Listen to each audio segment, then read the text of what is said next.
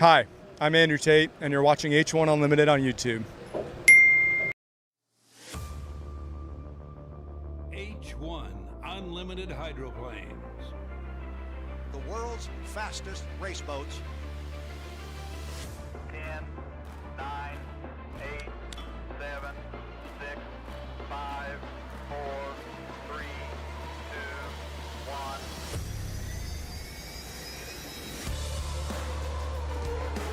Wow, really flying the boat. It doesn't get any better than that. They are going to be side by side. This is for the checkered flag.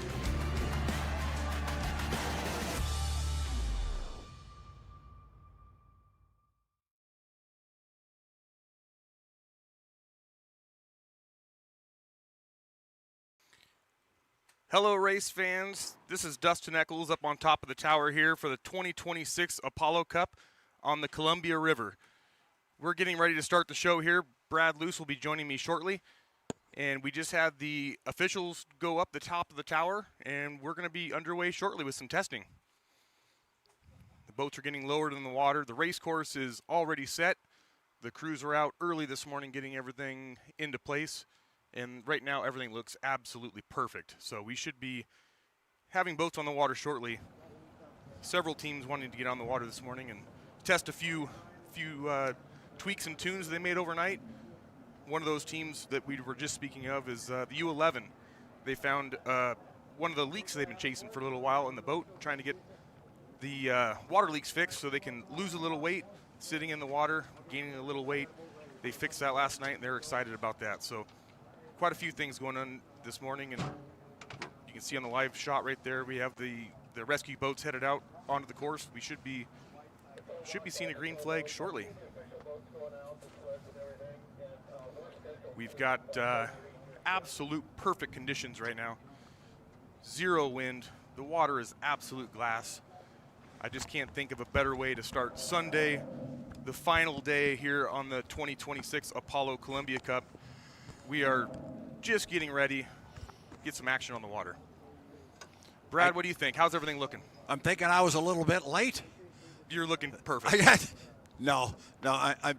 You're glad I'm here. Looking perfect might be a bit of a reach, but I tell you, it's great to be down here. Yesterday we had the big concern about the wind, and the wind did blow.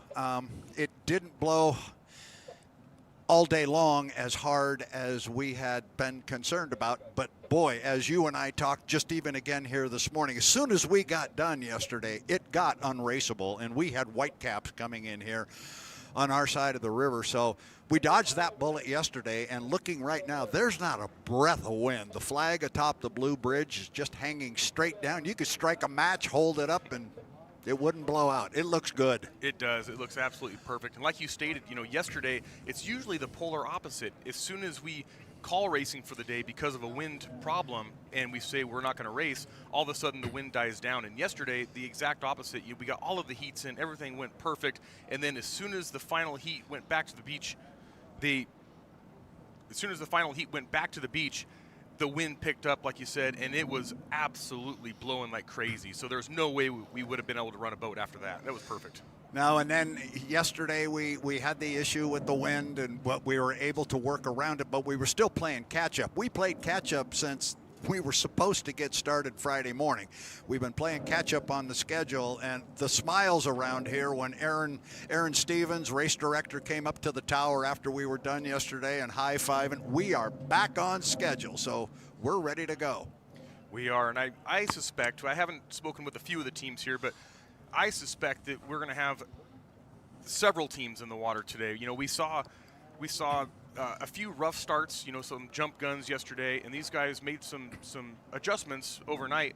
The drivers want to see how their timing marks stack up, and even being a tenth of a second off, that's can make it or break it today for making these starts, making the front row in the finals. So I suspect we're going to see a lot of boats out here in testing. Yeah, I think we are too, and we were talking about with this race format, the speed being pushed to the outside and the critical nature of making those starts on time. And you don't dare be a tick late. And we saw that not only in the H1 class, but even in some of the support classes. We saw some tardy starts, and boy, you have to pay a big bill when that happens. Absolutely. And when you're in the back of the pack here, especially with a 5-boat heat, that's the worst place to be. You know, not only does it tear up the equipment, but it tears up the driver. You know, he's absolutely exhausted at the end of these heats. So you want to make a good start. You want to get out there early and just get that boat in clean water, save the equipment for the next one. Yeah, we saw it with Jamie Nilsen was a perfect example. In his second heat yesterday, he found himself in a lane between Jimmy Shane and Andrew Tate, and he was a tick late, and when they came off the lower corner, he was dead last, and he worked really hard for that third place finish he got. Absolutely. Another little bit of information I heard last night was on the 40s run, Dylan Runne had a problem with the canard before the start of the heat. So his strategy changed in his head to basically get up there a little early, try to draw some of the other boats up there with him, maybe cause a gun jump by someone else because he knew already that he wouldn't be able to run that boat hard. So some strategy was changing as the heat unfolded, and that was pretty smart driving. It was pretty smart driving and lane selecting on their part in the first heat as well, because we were a little surprised that he chose an outside lane in the first heat of the day yesterday, but it was not winning the race on Saturday that you're trying to win on Sunday. So let's just get outside, let's stay clean, let's get points. A couple mistakes by a couple other drivers, and he ended up with a first place in 400. Yeah, I think Dylan's whole game plan there was to basically not paint himself into a corner. If he needed an escape plan, he had a way to go wide, get away from the danger. There's a lot of stuff happening inside of him, but when you're packed in between 2 or 3 boats, there's no escape. So you need to have a way to get out of trouble if trouble does happen.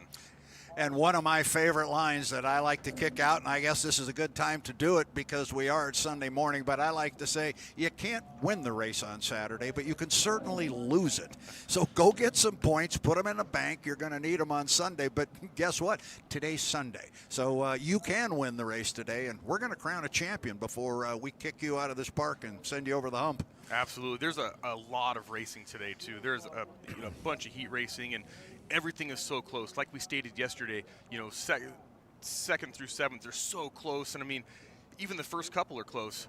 Look at this heat. This is one of the best we saw from yesterday. Yeah, there's 1 second mark. There's the start. Andrew Tate gets the jump on the field, but he's on the outside. This was when Jamie Nilsen, if there were still questions in your mind after the qualifying sessions, watch Jamie in the middle here.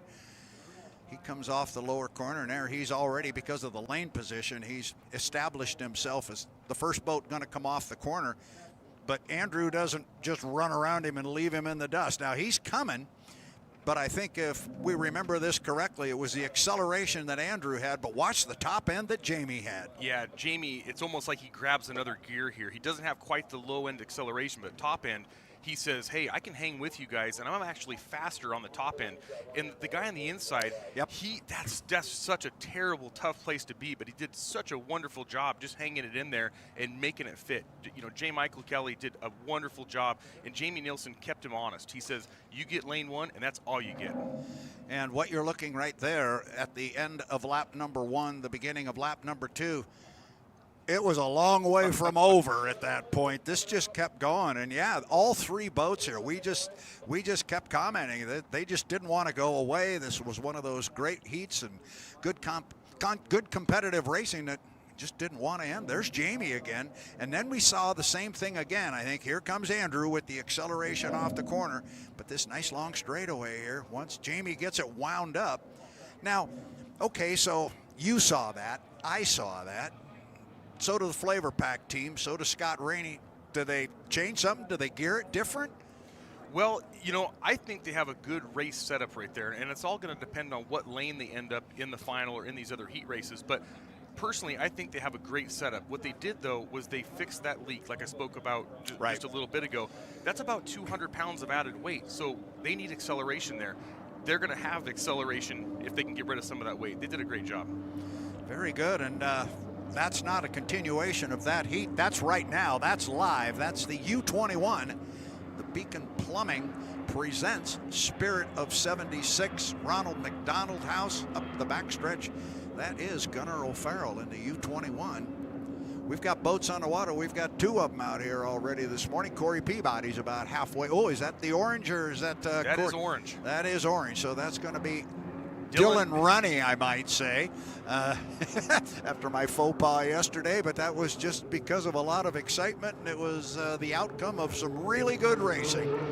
Yeah, and Gunnar yesterday, he had a rough day. He found himself in the DMZ in one heat and a little late for the start in the other heat, but he's got a good boat under him, and he just needs to go out today and just start over, get as many points as he can, and see if he can find himself in the final. I mean, at this point, this is a tough final just to make it in, let alone the front row, so he's really got to claw his way in.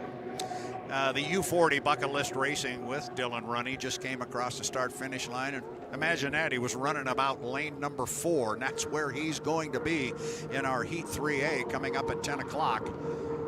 Yeah, the weather conditions today are a lot different than we saw yesterday, so this cooler air, they're going to have to make several adjustments on the turbine engines to make sure the fuel flow is just right, and that's what he's going to do right now, is go out there, run it really, really hard, go back in, check the computer, make sure they're not overfueling, make sure they're not overspooling the turbine, and everything's looking good.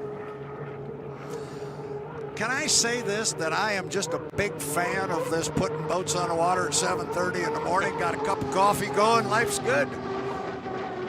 Boy, Dylan, almost outside of the markers there, he was way out wide, but yeah, like you said, early in the morning, you see the rooster tails glistening, that rainbow you spoke of yesterday, and the way that Dylan went wide there, that was a good show. Boy, Gunnar just took some big hops down there in the lower corner. I don't know if he got caught up in some of that wide lane wake left from Dylan Runne, but he took a couple big pounds down there.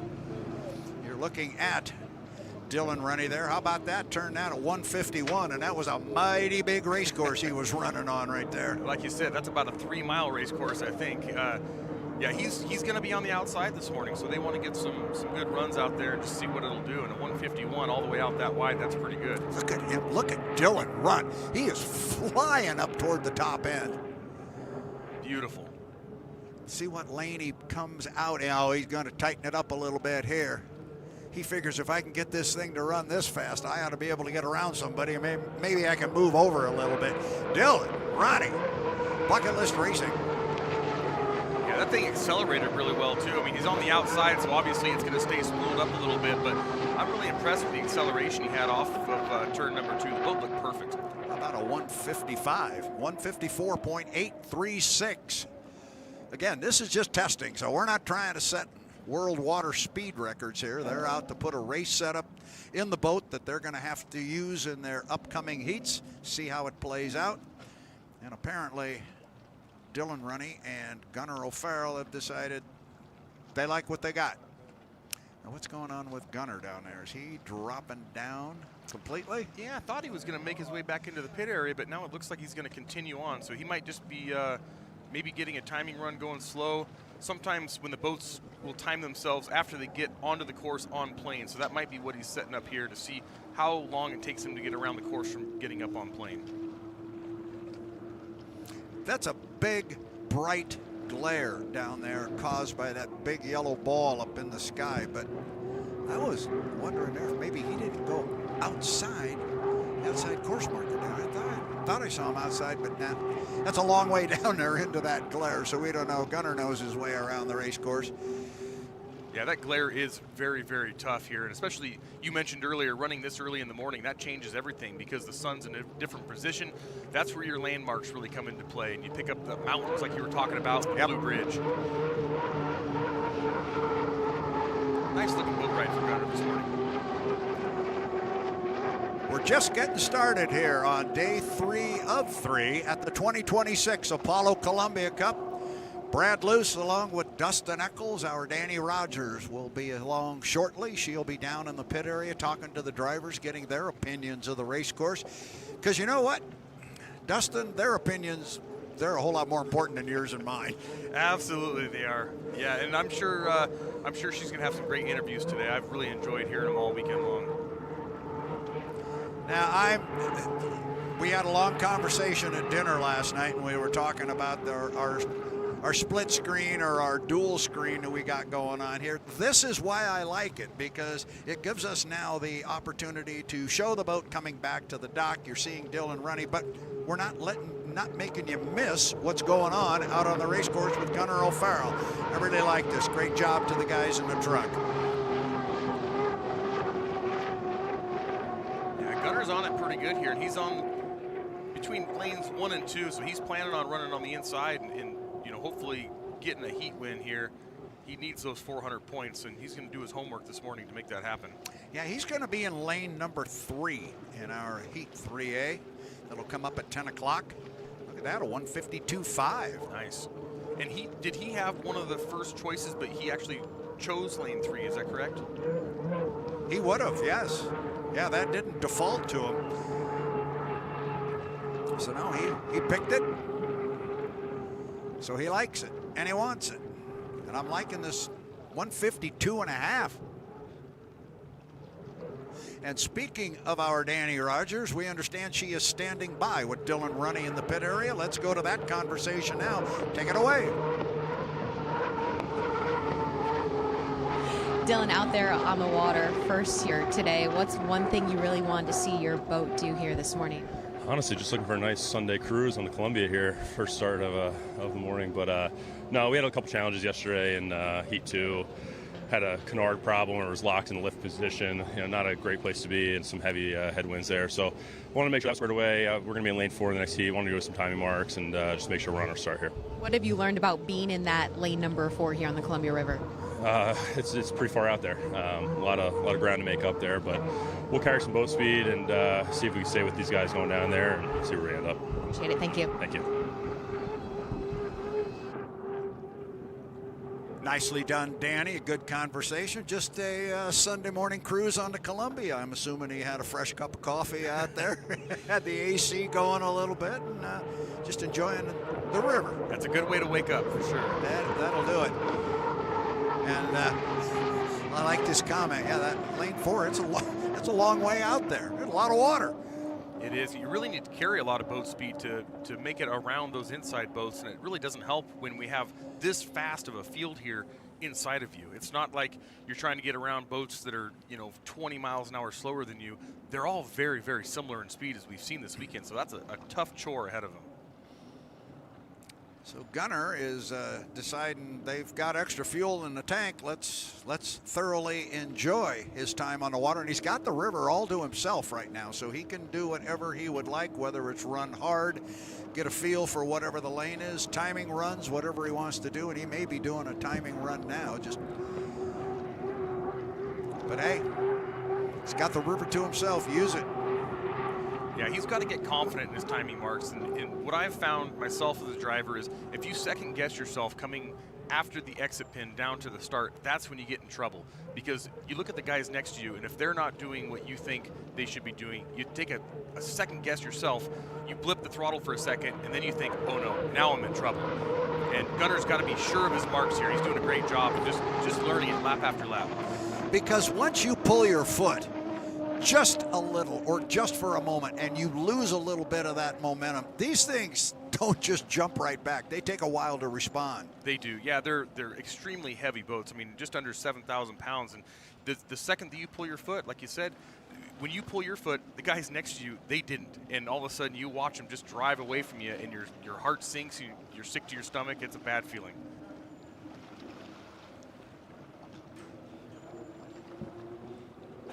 Gunnar's still going to run a little bit more. Yeah, I used to interviewing drivers on the dock when, depending on the start and what happened, and like to ask you about this too, and you kind of touched on it right there. Sometimes you've got to really look yourself in the mirror getting ready for the start, and you got to be true to your own marks. If you see people getting up there early and you're thinking, am I wrong? You've got to be true to your own marks. Absolutely, and it's a double-edged sword, because if they're up there early and you're not, a lot of times your lane will go away, even though it might still be there, but the water's falling on both sides of the boats ahead of you, and all of a sudden you just don't have a way to make it through there. There's water on your lid, you can't see where you're going, so you have to weigh out the options. Do I need to get up there with those guys, or should I hang back and try to punch a hole through this? And that's a it's a scary thing sometimes. Looks like we're going to be getting a visit from the U12, the Graham Trucking. Jeff Bernard, he will be coming out on the race course. They are strapping him in. Jeff Bernard's going to be in lane 1 in our Heat 3B coming up about 10:30 this morning. It'll be a 4-boat heat. He will be in there with J. Michael Kelly, Jamie Nilsen, and Jimmy Shane. That's right where Jeff Bernard likes to be, is yes, that it inside is. lane. Great job again by the gang in the truck. It's just some new things we're trying here on the live stream. So yeah, we're taking the chance here to pat our own guys on the back for that Danny Rogers interview while you're still able to watch Gunnar out on the course. That's good stuff to you guys in the truck. Keep it up. Here comes Gunnar. He's going to come slow, and maybe this time, maybe the fuel gauge is getting down a little closer to E. Well, I was going to think maybe he ran out of coffee now and he's going to head back in for a refill, but he's having a great morning, and that's good to see. I know he's really hungry for a heat win here, and that boat can definitely do it. We just saw a bunch of 150s, and he's got some confidence in that boat if he's going to stick it in lane 3, and he chose lane 3, so that just tells you right there he's pretty confident. If you're familiar with the area here at All or listening to us on the PA, we've got a lot of smoke in our vicinity from the fires that are up north, but mainly down in central Oregon. It's been blowing a lot of smoke in here. It's made for some rather dramatic sunrises and sunsets here in the Tri-Cities, which actually we don't need the smoke for some dramatic sunrises and sets here in this part of the country, but it has been that way for the last week and a half. And this morning, the smoke is certainly here, but it is much higher. This is as clear down at ground level as we've had it over here in quite a while. It actually looks really good. We're looking up toward the west end, toward Rattlesnake Mountain, and it's almost clear all the way to the top.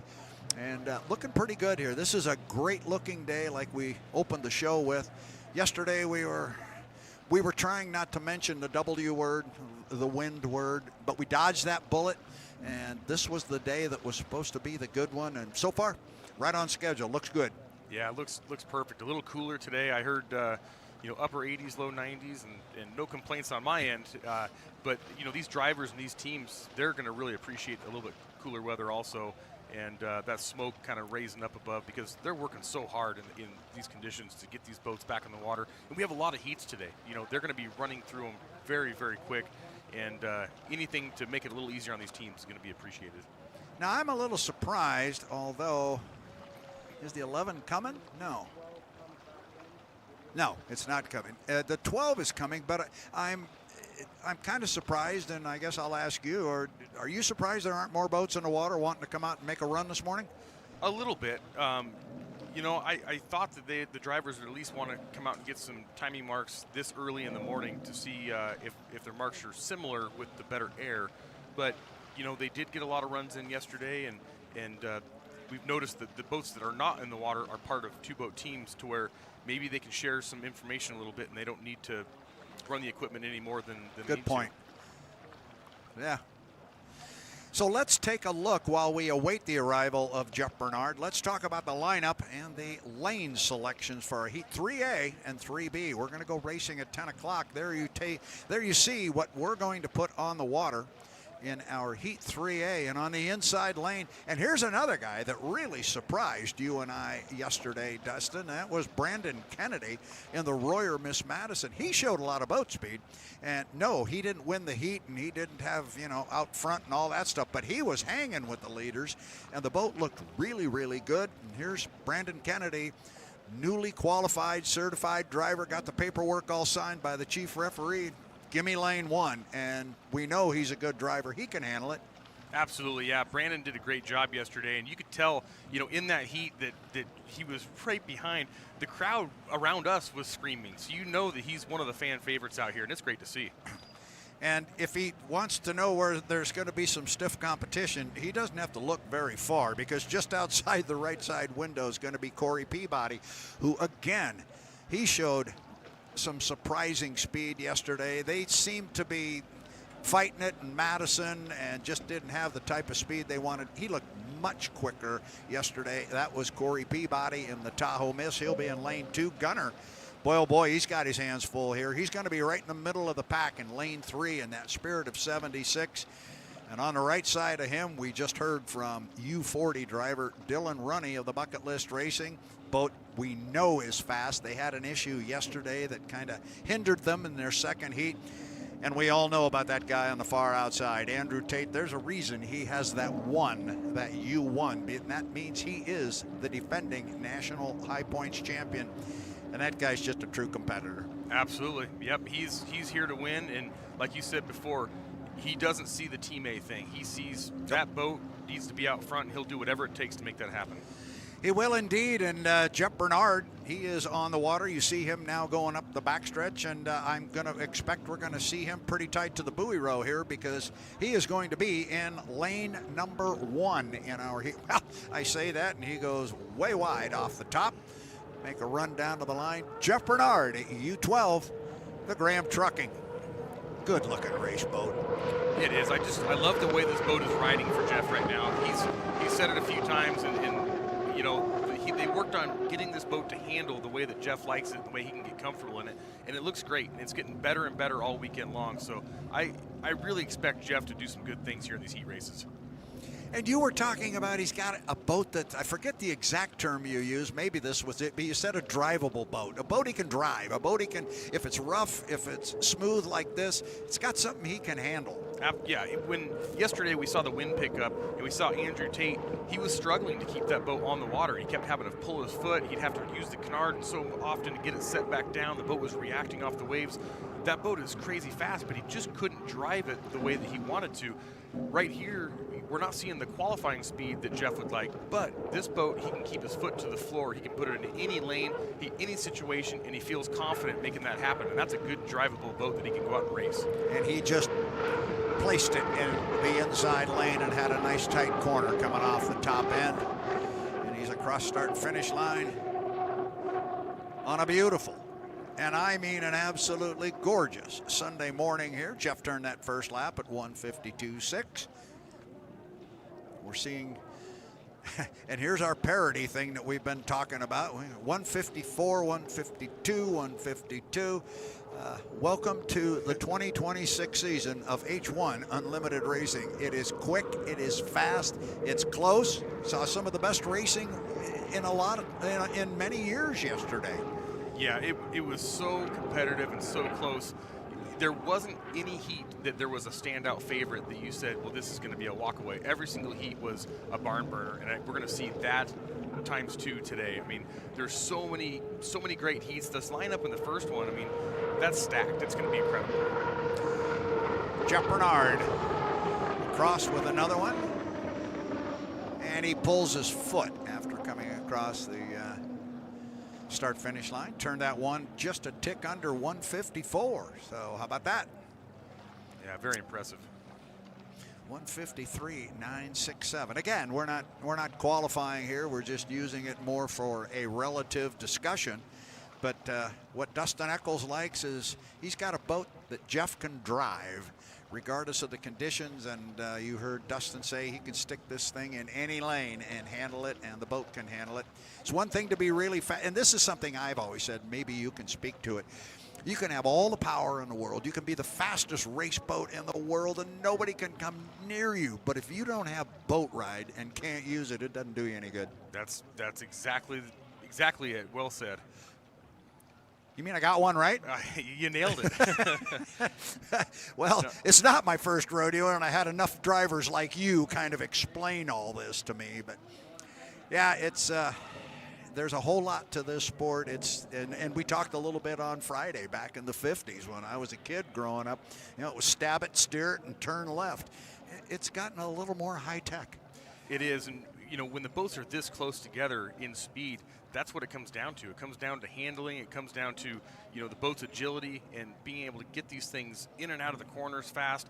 Every time you scrub speed in these big boats, you lose seconds. And that's what I go back to in the corners when you watch the turn spray, and you just basically you can see when the driver is making an adjustment in the corners. And a lot of that comes down to boat ride, boat setup, whether it's skid fin angle, runners, you know, just balance of the boat. There's so many different things that can contribute to that. And Jeff has a good setup, so I'm excited to see what he can do. And I'm watching him very closely here as he brings the boat back to the dock, and I'm actually looking to see if there's anybody else that's hopping in the water behind him. And it looks like we got a strong racing boat in the water here, and that is J. Michael Kelly's Maverick is in the water. The Maverick presented by Beacon Plumbing, U00. I had fun yesterday when I know I made the call. I never thought as a fan growing up in the late 50s, early 60s that all these years later I would have the opportunity to call Maverick and Tahoe Miss side by side up the backstretch. Oh, it's kind of fun, and they've got the course open for testing, and it is open testing. And if there is nobody that's ready to go in the water, they're going to open it up to other classes. And we've got one of our smaller boats out on the water having their opportunity. And there was some great racing in our support classes yesterday, and we expect more of that today. We'll have a lot of it. Oh, boy. And that, I was just about to say, that's, I believe, Cannon Cushing out there, a local young driver, a great team. Running a Honda engine in this boat. This is a 2.5 stock. Cannon is, he's quite the young racer. You know, we spoke yesterday a little bit about Carson Kelly and you know, his aspirations to drive the big boats, and of course I'm sure we'll see him in there, but you know, Cannon Cushing has the exact same dream, and he's working very, very hard to make that happen, and it's pretty cool to watch his journey.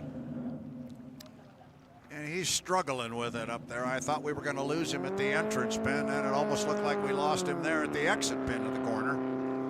And that's what this testing is all about. Absolutely. You know, go out there and make sure these things are going to run, and if not, go back to the pits and turn it around.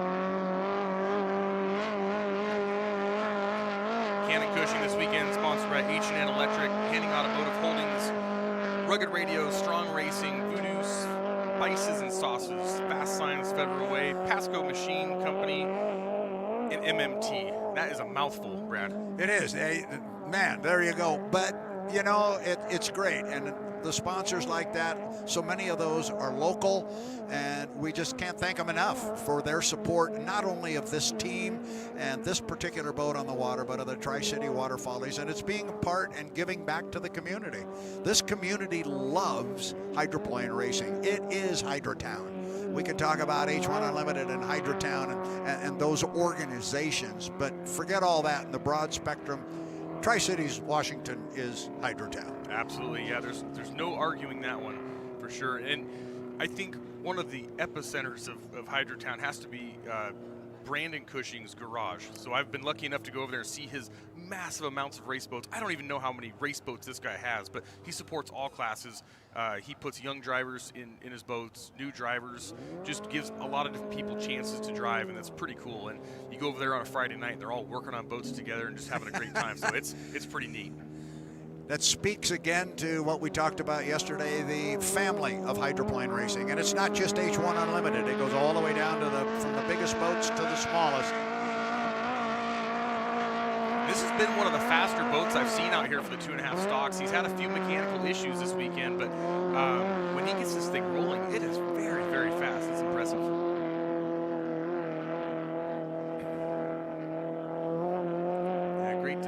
Great to see. Cannon started out in the J stock program. It's an outboard class, 9 years old. You can start racing hydroplanes. So all the fans on the beach that show up here and the kids say, wow, I really want to race unlimited hydroplanes someday, and I want to be able to go out racing. Obviously, you don't start racing the unlimited hydroplanes. There are multiple different classes that you can start in. So at 9 years old, you can start racing outboards, and that's right where Cannon started. In a few years, I believe Cannon's 15 right now, and he's out here running a 2.5 liter stock at over 100 miles an hour and just loving life. It's great.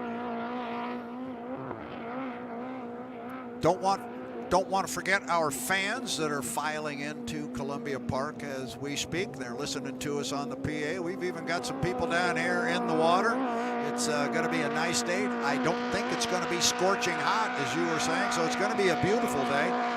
If you're thinking about it, come on down to the park. We'd love to have you on either side of the Columbia River, the Kennewick side or the Pasco side. A lot of pop-ups popping up, if you will, on the Pasco side for Sunday, race day.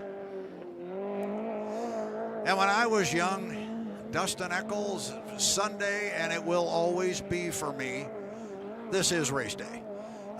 We used to not race at all until Sunday, and you did the whole event on Sunday. Everything else was qualifying, testing, all that, and it all built to the big crescendo.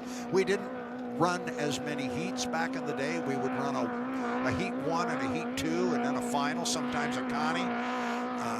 But then we started making the heats shorter and running more of them, and that kind of led us into having a Saturday and a Sunday racing program. But again, as I said yesterday, for some of us of a certain vintage, this will always be race day. Yeah, and it's hard to make that balance. Like you say, the races have gotten shorter and in laps and everything, but for the teams, sometimes you have to make adjustments because these boats are being run so hard that they need to come back in and make repairs, make adjustments, and all that good stuff to make them last. Because if you look at the end of the weekend, right now we have all the boats still racing, and they're still racing in top form. Yep. And you run them too hard early and you have attrition, things break. But the fans love to see boats in the water, and they love to see a good competitive final, and I think that's what we can give them right now. Yeah, right now it's building toward a beauty, and that we talked ad nauseum, and I'm sure we will more so, about this new race format. But what occurred yesterday in our first heat of the day with the two boats jumping the start, it really threw a wrench, but a good wrench, in the middle of the organization of all of our heats. And I use the term fruit salad because it really changed everything up. And so we had team boats running against each other in 2 heats yesterday, and they don't like to do that, but that's okay. That's okay. That's part of this new race format. You gotta race against who you line up with, and it made for just some extremely competitive racing yesterday on a lot of levels. And as we've said a number of times, we'll say it again: 4 different heats, 4 different heat winners, and J. Michael Kelly was not one of those heat winners. And if you would have said you've got 4 heats and 4 winners, you figure Kelly probably got one of those, but he didn't. And I actually, he's got an interesting spot there in Heat 3B. He's going to be in lane number 2. He's going to be just on the outside of Jeff Bernard, who is no slouch, and as you've been talking, he can put that boat anywhere he wants it, and he loves to put it on an inside lane. And then he's got the FLAV-R-PAC on his right side in lane 3 with Jamie Nilsen. And of course, that red, white, and blue Apollo is going to be on the far outside. But speaking of J. Michael Kelly, believe that is who we have, and it is, who is going slowly up the backstretch here on, again, what is absolutely a beautiful Sunday morning. Yeah, perfect conditions right now, and I think hopefully we just see this continue all day long. Obviously, when we get some more boats in the water, it's going to get lumpy, but right now this is just absolutely perfect. This is what we think of when we think of the Columbia Cup. We think of warm weather, clear skies, beautiful water conditions, and we got them right now. And you spoke about, the team boats having to race each other, and we had some gun jumps and all that stuff. When you boil it all down, at the end of the day, we have a tie right now for national high points too. So it's just incredible the way this is working out. Yeah, the 2 BWR boats are tied in national high points as Mike flies the front end on the U00, the Maverick, presented by Beacon Plumbing. It looks to me like he's running right in lane 2, so I think he's going to run a mock race here and just make sure all of his timing marks and setup are just perfect. And we've made a comment here, or been talking about, without specifically diving into it, the number of boats here where they are presented by or presenting, the presenting sponsor being Beacon Plumbing and Bill Cahill. And it is just, it's fabulous to have Bill Cahill's name back in our sport. He's been so important to H1 Unlimited Racing, certainly the community over here, but certainly more so even over on the west side of the state in the Seattle area. Bill Cahill, if you're listening, thanks for your participation to our sport. We love having you here. Mike is just getting one whale of a boat ride right now. That's about as smooth as it gets, and he's loving it right now. And you hear him, especially with how quiet it is right now, Brad, in the race course and the fans around us. If you listen really closely, and I'll be quiet here, listen to about halfway down, a little past, you'll hear the throttle change. And that's right where he's starting to hit his lights and overspooling the engine. You'll hear it here shortly.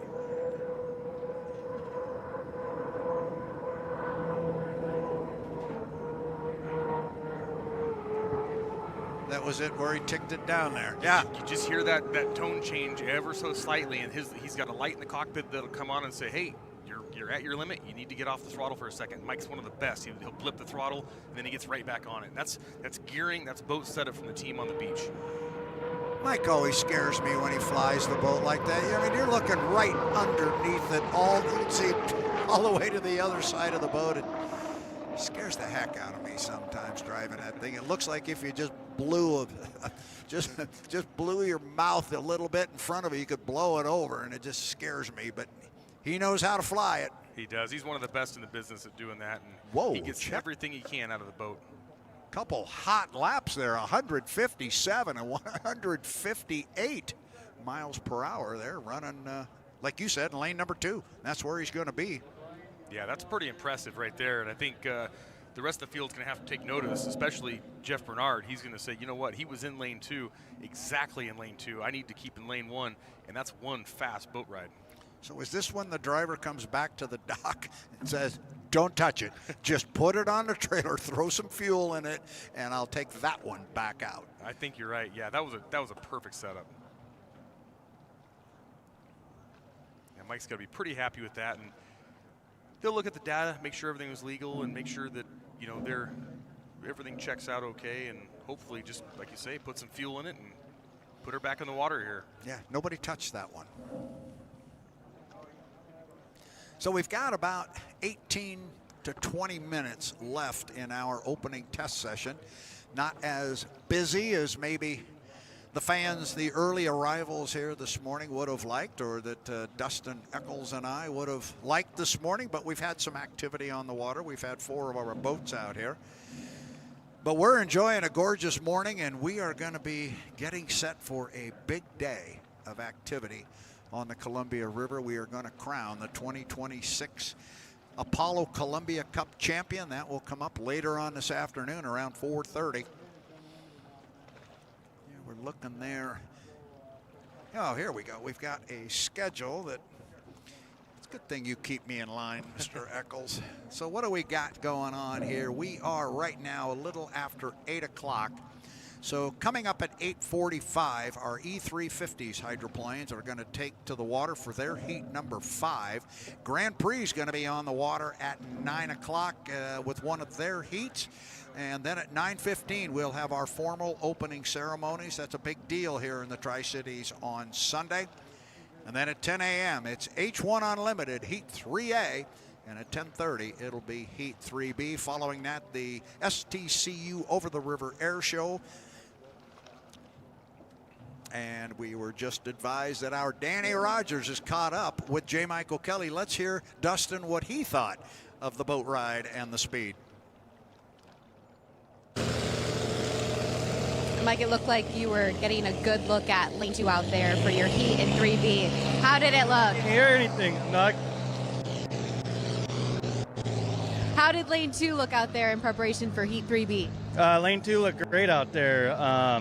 Water conditions this morning are beautiful, and good to get back out in the water on this Sunday. And I just can't say enough about these guys. The Maverick boat, and they worked late last night and did some changes and made it a lot more racy. And man, I can't believe how good the boat ran this morning. So I'm super excited. What's the most important thing you're looking for Sunday morning ahead of the finals? You know, just going out there and getting good data after that test run, you know, just making sure, you know, we went in the right direction, and just sitting behind that wheel, I could tell we definitely went in the right direction. And yeah, now it's just, you know, moving forward, we got to collect some points, make sure we can get into that final, and, you know, just take advantage of those inside lanes and stuff like that. And here's some rain for you. We appreciate you. Thank you. Yeah, thank you. Well, if you couldn't hear what Mike was saying over the Squire Shop vintage boat that is on the water, just read the smile on his face. He liked what he just had out there. I was going to say, that's the first time I've seen J. Michael smile like that in a long time. And, you know, they've been fighting a few boat setups problems and some speed problems. But right there, I think he just answered the question. They fixed a lot of things last night, and he's got a good boat ride. Yeah, he's happy with it. And if Mike's happy, that everybody ought to take notice, because he can certainly handle the boat. If the boat's ready to go, you know Mike is. Absolutely. And looking out here on the course right now, I don't have any information, so I'm taking a wild guess, but I see the silhouette and I see the yellow helmet, and I think this might be Kip Brown taking the Squire Shop out here for a little tune-up run, see what it'll do.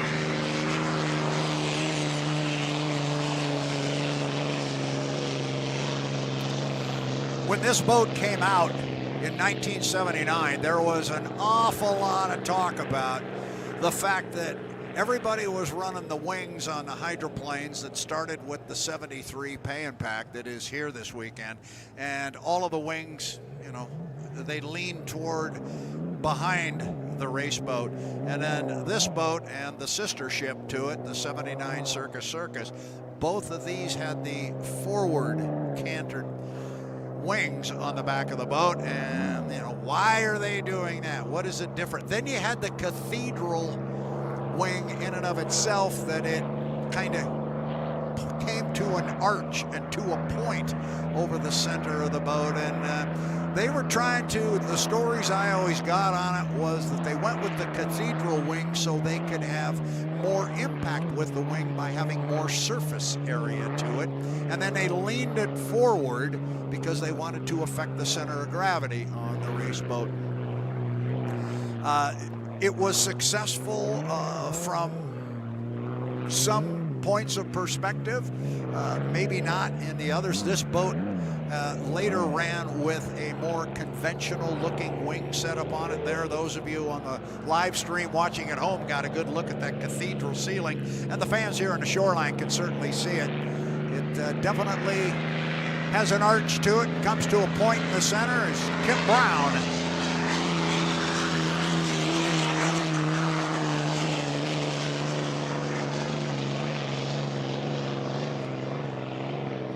And I think you're right with the color of that helmet in there, and the fact also that might lead into that, the Atlas Van Lines, the 1977 Blue Blaster, if you will, that Bill Munsey drove so very well. That boat is not going to be back out on the race course. They had some mechanical issues with that one yesterday, and unfortunately they can't get it repaired to run it some more, so it's going to be on the sidelines. Maybe Kip gets to come out and play with this one. And he loves doing this, by the way. He loves getting in these vintage boats. I think we need Dustin Eccles down there to climb in one of these. Would you like to do that and be part of these exhibitions? Absolutely, yeah. One of these days, maybe I'll find my way down there. But right now, you know, Kip does a great job of just showcasing how cool these boats are, and he's a great craftsman, and he actually works on a lot of the boats also. He's got KB Marine, where he does a lot of repairs, and if I'm not mistaken, he's actually working on a boat right now for the museum with some incredible history. One of the world water speed record holders, Kip is currently working on at his shop. So, I mean, not only is he a great driver, but he's a great craftsman. He is a very good ambassador to the sport. I had the good fortune of being in Detroit and on the Detroit River in 2013 when he and John Zimmerman went deck to deck for the APBA Gold Cup, and Kip brought home the big trophy. Great shot there from the drone of the 1979 Squire Shop.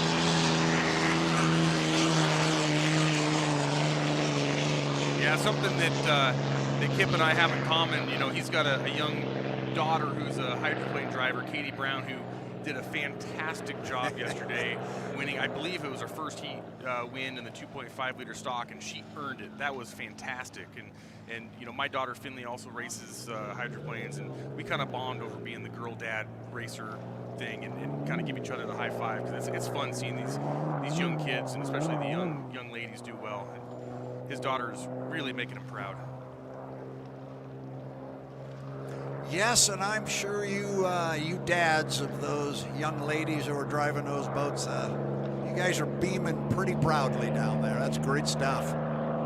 Look at the rooster tail, Brad. I mean, yeah. Just the difference, and I'm not sure if they're running a 2-blade or a 3-blade on that boat. You see that with a 2-blade a lot, where the water will go jagged right up off the transom, straight up in the air. But how cool is that? I really miss that from the older boats. It does look good. It looks really good.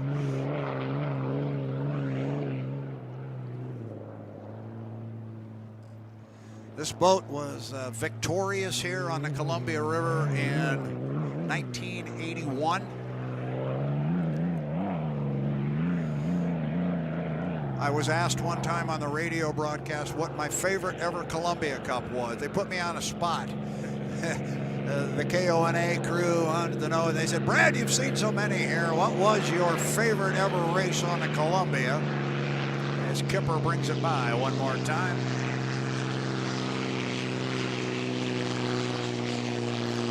Now there is a guy who's probably having as much fun as anybody in the park right now.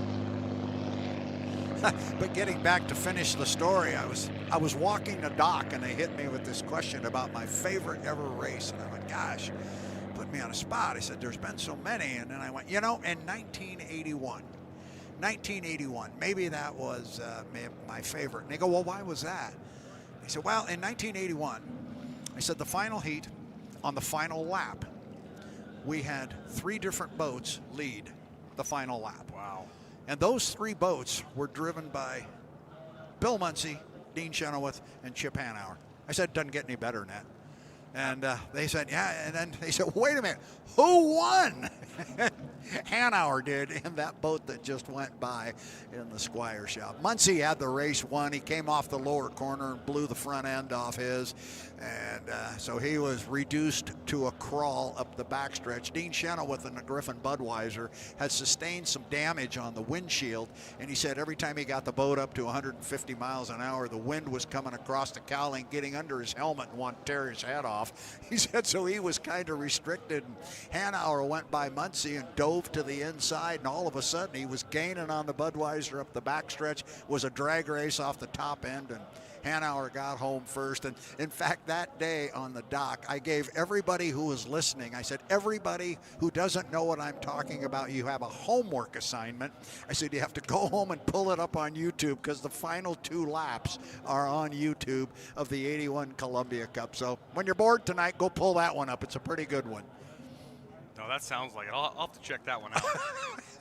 Oh, and Chip was so excited. They had not a drone, but they had a camera overhead when he got the boat back to the dock, and he shut it off, and he shut it off early. And he's standing up in the cockpit, and he's just dancing in there. He can't get in fast enough. He was so excited. Those raw emotions, you know, they don't change. You see the drivers nowadays too. When you get a win, and they come in and they are just so excited. I mean, they're speechless. It's hard to even gather your thoughts enough to talk. You know, Danny's doing a great job of being on the dock to catch those initial first thoughts, but it's tough as a driver to just kind of control your emotions and make sure that you can actually put a coherent sentence together. But you know, that's something that just never changes over the years. You know, and you just hit the nail right on the head, because we saw it with Jamie Nilsen yesterday. He was so excited, he was confused on his own sponsor. and it's okay. It's because that raw emotion, the adrenaline, and you know, that's why it is so important. This is my opinion, but everybody, I think, in the H1 live stream agrees, and this is why we have Danny Rogers on the dock. You got to get that emotion. If you can get that driver the moment he steps off the boat, you never know what you're going to get. It might be good, it might be bad. Somebody might just blow you off and say, I don't want to talk to you right now, because that's okay. That is okay. That's part of what happens in racing, the good, the bad, the ugly. You got to get that raw emotion. And I've made the comment a couple of times that a couple of these drivers, after a particular heat, they're really good friends, and all of you are, and it's a fraternity, but sometimes it might take 45 minutes to remember that fact after a heat of racing, because it gets pretty intense. Absolutely, yeah, and every driver down here is guilty of the exact same thing, but you know, at the end of the day, we're all buddies, and it's okay to have disagreements and get through it, because like you say, it's raw emotion. I think what we're looking at there is the definition of a late arriving crowd. Oh, here we go. All right, so here goes the Budweiser. This is going to be 1981, I'm assuming, and I think if you're going to look in the background, you might see Muncy coming slowly off the corner. And there he is. That's Muncy in the background coming slowly off the corner. You can see he's lost power, and he has lost the supercharger on the front end. He was the leader. That was the beginning of the last lap. And now you're going to see the Budweiser go by. He's going to come by, but what you don't see is Hanauer is coming. Hanauer is coming. He's coming on the inside. There goes the Budweiser. That's Dean Chenoweth. And off to his left on the inside. Sorry for our fans on the PA here who can't see this. That's your homework assignment. Pull up the 81 Columbia Cup. It's a good one. The final lap's a beauty. Now you're going to see the nose. Here he comes. Here comes Hanauer. And he's coming into Squire. He comes on the inside there, and they're going to come off the corner and give it a hard run. This is it. This is for the checkered flag. This is for the Columbia Cup. Wow, what a race. Yeah, and we're talking about the Cathedral wing. You see it's gone now on the Squire shop. It's a more conventional looking wing arrangement, but that's the same boat. Hanauer was able to outpace Dean Chenoweth to the finish line and pick up the win. Now, hopefully we can keep this rolling because it comes pretty quick here. You'll see Hanauer getting all excited. There's the Miss Madison. That boat is here this weekend. That's the 73 Pay-and-Pack running as the Frank Kenny Toyota. Oh, this is taking me back, Dustin. I could sit and watch this all day long. Of course, I usually do at home. That was Chuck Hickling in the Tempest that went by. Not Tempest, Tempest, a boat he built in his garage. Here comes Hanauer back to the dock. Look at him. He is so excited. You'll see him dancing there. He just gets so, it's great. This is really good stuff. Thanks to the guys in the truck for doing this. He's just so excited. Yeah, the fans on the beach right now, you obviously can't see what we're seeing on the live stream, but like Brad said, it's definitely worth checking out. And just to see the crews and Chip so excited and so proud, I mean, and so deserving, but sharing it with everybody on the beach is pretty neat. Oh, the people up and dancing and jumping up and down on the dock, and here he is getting with crew members and hugging, and that's good stuff. The thrill of victory right there. Yeah, and that's the best part about hydroplane racing is sharing it with the people that you work so hard in the off season and in the off weekends to make that win. You know, because it's not just here on a Sunday that this happens. This is you know, in December, in January, of these late nights working on these boats to make them ready for here. That's what Chip's sharing with everybody right now. He's still jumping there on the dock. Those of you who were around back then and knew, here's Chip talking about it. He was so excited. And no, wait, that's not Chip. Who's the young guy? Yeah, who is that guy? That's going there? back a ways. Oh, boy. Boy, that's neat. And right in the background, right over his shoulder, there was a gentleman there with a KONA hat on. His name was Don McInnes. And Don McInnes was a long-time radio personality here in the Tri-Cities on KONA radio, and he passed away, unfortunately, in 1998 in the spring. He had retired from KONA radio, and he lived up in Wenatchee. But he would come down every year, and they put him over on the exit of turn 1 for KONA, and he always called the boats coming out of the corner, and it was his favorite weekend of the year. He was retired, and he and his wife would come down, and he would call the race from over there. And then he passed away, as I said, in 98 in June, and it was right at the end of June my phone rang, and it was my former roommate in college, a guy named Frank Murray, who worked for KONA radio as the sports director, and he knew that I knew Don well, and Don had passed away, and he says, why don't you come join our broadcast? Wow. And I said, Frank, I've never held a microphone in my life. He said, that's okay, you're the guy, you know these boats. And as they sometimes say, the rest is history. That's how it all started. It was that guy in the background. And so God bless you, Don. I think of you from time to time. He was a great guy, and because of all of that right there. That's very neat. Yeah, that's how we did it. Don McInnes. Not to go down a personal memory lane there, but that's kind of a... And thanks to the guys in the truck for dialing up the 81 Columbia Cup. It's not overstated how excited Chip Hanauer was when he got back.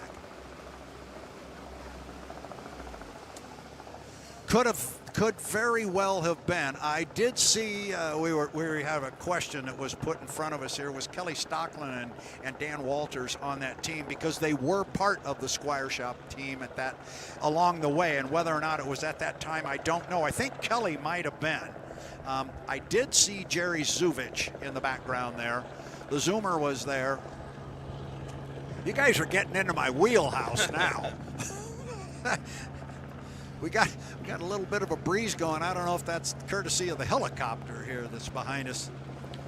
Yeah, being, you know, working with Kelly Stocklin and Dan Walters and and some of these guys have been around for a long time. I'm just a fan of the sport, and you know, more than anything, I just love the history, and I just enjoy sitting around a table, you know, after we're done working at the boat shop and hearing the stories from Kelly and Danny and Dave, just all the cool stories. And as a fan, I wonder whatever happened to this, or I wonder, you know, about this boat, or I wonder about that boat. And you get the background, you get the history of it. And a lot of times, you know, Danny Walters would say, well, I painted that boat, and here's the story on it. You know, and Kelly would say, yeah, well, here's why we did this. And I mean, I was just like a little kid, bright-eyed, just listening to these stories, and on top of the world. It's pretty neat.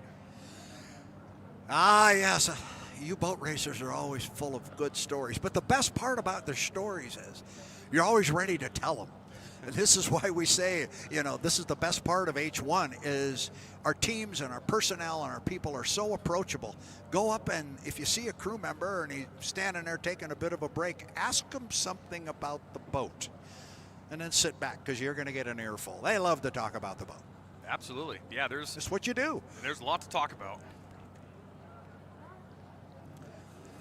So I think we're going to welcome a third person into our broadcast team. And no, it is not Danny Rogers.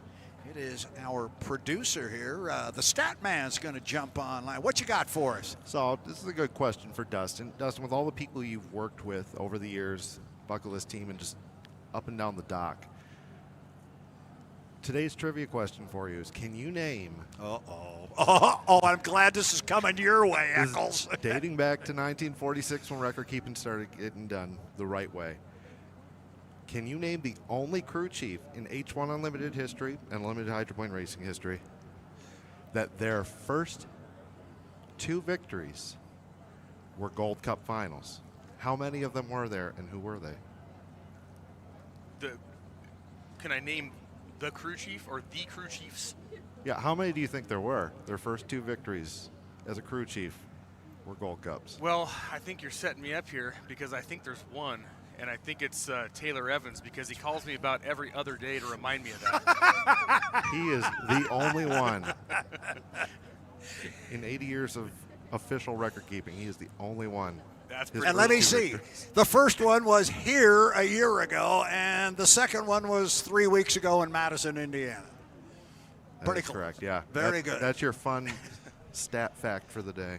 And trust me, being the old guy, I have tried to debunk this question and go back, in the 50s or the 30s. There must have been somebody. Didn't Garwood have some crew chief that maybe only won 2 and his first 2 were Gold Cups? They never wrote it down, so That's right. we don't know. They never wrote it down. Well, that works. The paperwork's in the mail somewhere. Oh, gosh. So we got our fans arriving here. We're getting ready for some opening ceremonies. We're going to go racing at 10 o'clock. Let's take a look one more time at our Heat 3A coming up at 10 o'clock. Lane number 1, going to be the Royer, Miss Madison with Brandon Kennedy.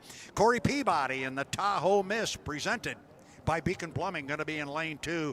Gunnar O'Farrell, Spirit of 76 will be in 3. Dylan Runne in the Bucket List Racing will be in lane number 4 on the far outside. Andrew Tate in the BWR Racing. Heat 3B slated to go at 10:30. Jeff Bernard's going to be on the inside lane driving the U12, the Graham Trucking, the Maverick, and J. Michael Kelly, who we just saw the biggest grin in town on his face. He is happy with his boat this morning. His boat is the Maverick. Kelly will be in lane number 2. Jamie Nilsen. Dustin did a great job of finding out some of the stuff going on in that camp. They found a little leak in the boat that's been plaguing them for some time and adding a bunch of water and therefore weight to their boat. They got that fixed. So the FLAV-R-PAC, U11, Jamie Nilsen, he will be in lane 3. And Jimmy Shane, the red, white, and blue Miss Apollo on the outside. Going to be good. I'm ready to go. Let's put them in the water. Let's make this happen and get the party started. I think to our producer, we'll take a moment here and step away if we can. This is Brad Luce for Dustin Eccles, Danny Rogers, and I guess I better say the stat man too. He's part of our crew here this morning, chiming in on the live stream. But we're going to step away, and we will be back very soon because we've got racing coming up on the water here pretty quick.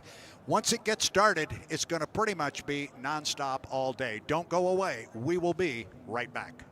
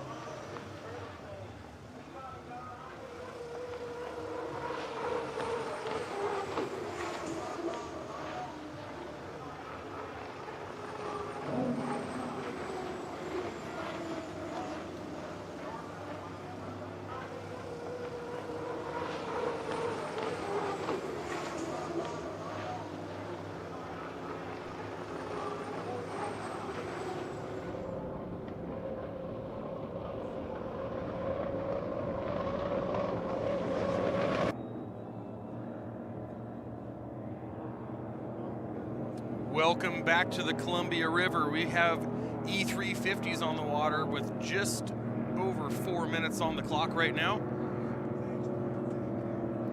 We've got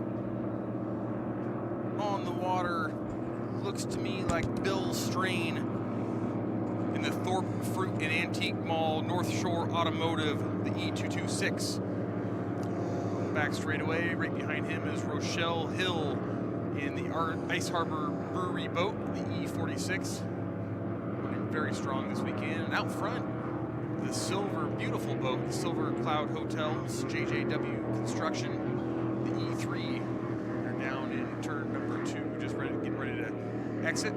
Jason Schrock, sponsored by his own wallet, he says, is at the apex right now of turn number 2, that dark blue boat. Brad, I see 4 boats. I do as well. I'm going to keep an eye on Rochelle Hill here. You made the comment yesterday, this boat's running as good as any boat on the water. If Rochelle can nail a start, if she can get the thing to the line with the field, could be a player here. Yeah, and you know, a couple fun facts about that boat is I believe that's a Carolson, and that's an all-wood boat. And it's one of the only all-wood boats out here this weekend. But she did a really, really massive undertaking of getting that thing here. They had a hole from a broken propeller from a couple of weeks ago, worked around the clock to get it fixed here to represent her sponsors, and then showed up here and actually performed extremely well. Had a very strong performance yesterday, and hoping for a heat win today. And I think, like you said, if she gets a good start, might be able to challenge Kip Brown. He's had a perfect weekend so far in that E3, and he's a really tough one to beat. Right now, Rochelle's going to go all the way around the course. It looks like this is a fight for lanes class, so might have something up her sleeve to get the inside lane. Looks like Jason Schrock also either has something up his sleeve to get the inside. He's on the back straightaway, parking it. Yeah, he's parking early. Rochelle is up at the top end of the race course. Still got basically 2 minutes, so it's not like we're rushing real hard right yet. Kip Brown says, well, you guys can go ahead and go up there early. I'm going to hang back here. Just running donuts down there at the bottom end of the race course. And we have Bill Strain also hanging back. He's going to try to pick a lane on maybe the outside and get a flying start, so we'll see where he ends up. No, I didn't see him. There he is up the backstretch. Just crawling up there. We got 4 boats out here. Schrock's plowing water about 2/3 of the way up the backstretch. Then Strain is behind him. Now Kip comes off and he will go up and join the fray, and then we will have Rochelle Hill come off the corner behind everybody. You're looking at Jason Schrock there on the H1 Unlimited live stream as we hit 1 minute. 1 minute, Dustin. Wow, yeah, they are up there pretty early. Rochelle Hill's going to hang back and make sure that she can get a nice flying start on the outside. Kip Brown might go for the leapfrog here. See if he can make it stick. Well, he certainly did. If he wanted lane 1, he certainly could get it, and he did, because he's right on the buoy row, and Schrock just moved outside of him. Now, I think we're getting a little late in the game here to play some more shenanigans, so Schrock's going to pull right up alongside Kipper up there with 30 seconds as they are approaching the apex of turn 2. There comes Strain into lane 3. Rochelle's going to try a little different strategy here and wind this thing up on the outside and bring it down to the line. Again, as we said yesterday, or you did, if she can put this thing on the line, and here she comes, that's her you see in the background. If she can put it on the line when the clock strikes 0, could be good. Coming up on 5. It's going to be good. Here we go. 1, Mark. 0. It's legal. She's got boat speed on the outside. Kip broke the clock. She was back a tick, but she's there. She's there. She's on the far outside. Brown broke the clock on the inside lane, and Kipper's going to get down there first. Strains in between boats. Keep an eye on Rochelle on the outside. What a good boat race here. Kip's opening up a little bit of a lead, but second place is deck to deck. Strain on the inside, Hill on the outside, and Schrock not far behind. Man. Look at that boat speed. Hill comes out of that corner like she's shot out of a cannon. Thing really gets out, but man, Kip is quick.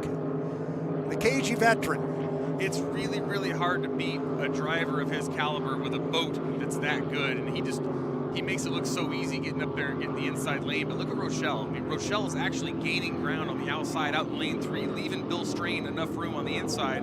But as soon as she can move in, she's going to go after Brown. Yeah, she's running hard, so is Kipper. He puts one in the book. There he is, Kip Brown. He comes across with 1 of 3. I'm sure Rochelle's radio person is saying you're clear all around, clear all around. You can go anywhere you want on the race course, and that way she can pick what lane she wants to, see if she can go down and catch him. If she's going to win this, uh-oh. Who'd we lose? I think we lost Rochelle. It's a tough break. Yep, that is Rochelle Hill. She has lost power and is going to drift off the race course. That's a heartbreaker. Yeah, tough break because she was running extremely hard. She was having a good weekend. Yeah, absolutely. And, you know, like I said before, Kip Brown is having a perfect weekend so far, and he showed the field how he can get up there and manipulate, get lane 1 away from Jason Schrocker, who went up there early and parked, but he left that inside open, and Kip Brown stole it, got it nailed his start on the inside, and that's tough to beat. Kip off the top end. He'll come down and complete lap number 2. Schrock's kind of got his eyes set on Bill Strain here. Yeah, Bill Strain's going a little wide. He's leaving that door open. He's got to tighten it up, or else he's going to be in jeopardy of losing that second place. So we got a good race forming up here.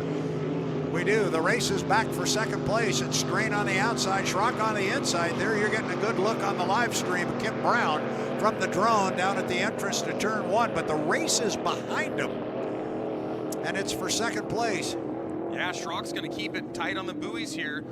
Strain drifts out just a little bit. He's having a hard time keeping that boat on the inside. And look at Schrock go. Now he's got second place. He's going to overtake Bill Strain. He is indeed. He's starting to open up a little bit of water. He's out by about 3 boat lengths as they come off the corner here. This is the 3rd and final lap. Good racing up the backstretch. You know what? Strain says, I'm not done yet. He's still staying right with him. 3.5 boat lengths back. Meanwhile, Kip at the top end of the race course, he'll come down and pick up a checkered flag. Going to be a tall order for Bill Strain, however, being on the outside. Yeah, unfortunately for Bill, but you know, Jason Schrock worked really, really hard. He wanted that inside. I'm sure he was disappointed when he saw Kip come up on the inside, but he did a really good job just making a good start and doing the best he could to get around Wild Bill. And Bill's got a good boat ride. They have to be really happy with what they've put together this weekend. That boat's looking really nice, so they should be happy. So 1, 2, 3 across the line. Kip Brown with another victory. Jason Schrock home in second place, and as you called him, Wild Bill Strain. Yeah, good run for all the boats. Hopefully Rochelle didn't break anything too major. That thing's been running incredible, and you know the old saying, they always run the best before they break. Hopefully it's something minor.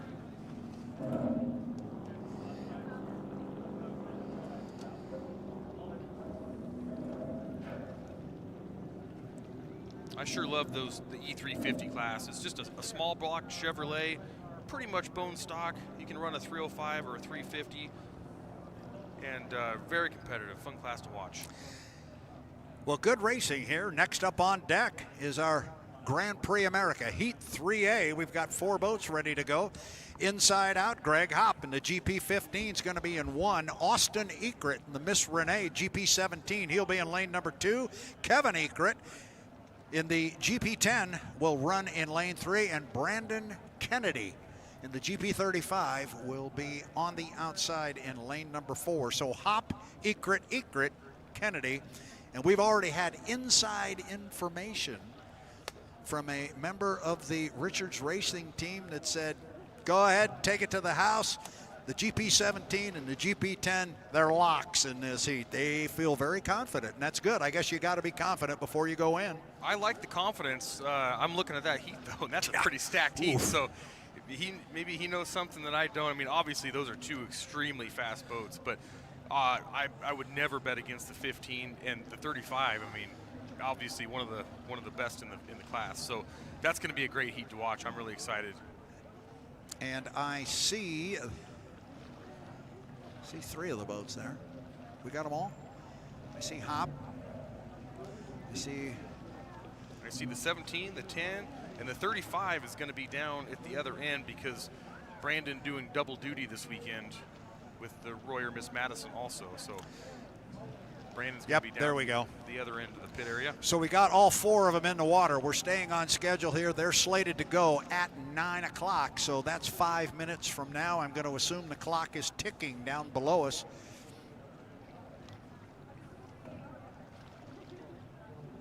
We are getting close.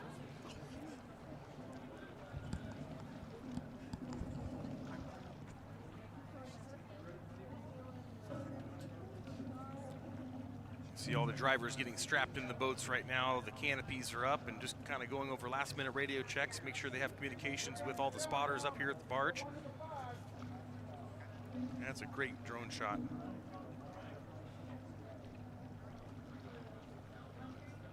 You can tell the Freak, the first boat on the right side of your screen. Obviously, that profile stands out against the other boats. Gorgeous looking boat. GP17 right in the middle there.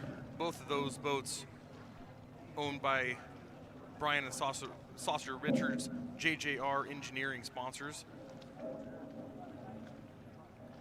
And the GP15 Hop Racing, they have quite a few sponsors. While we have a minute, I'll go over those. The Overturf Volkswagen, Bardall, AFR, Ed's Automotive and Machine, ADS, Dan Cole Sells Cars, Sam Cole Consulting, Evil Metalworks, A Touch of Color, Vinyl Graphics, Baker Performance Propellers, Jessel Valve Train Innovations, and of course, Happy Go Lucky. That is a definite mouthful, but they do a great job of representing all of their sponsors. And Brandon Kennedy down at the other end, that's Hage Tool, their main sponsor. Great to see those guys out here. They've traveled a long ways. And also River City Printing and Jones Junction on board the GP35. Great to see those guys out here. And we're starting to see some of the crew members getting off the docks, pulling all the header covers off the headers and just making sure that these boats are ready to go. We should be on the water here shortly. Heat 3 for the Grand Prix hydroplanes this morning. Lane 1, the 15. Lane 2, the GP17. Lane 3, the GP10. And on the outside, the GP35.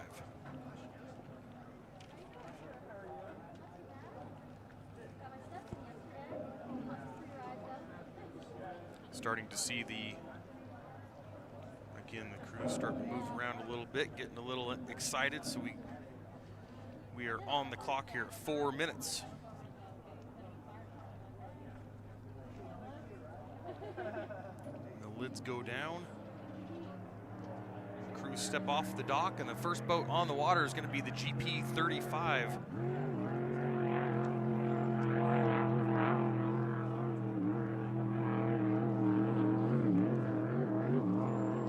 Brandon Kennedy on the back straightaway right now, all by himself as the other boats leave the pits.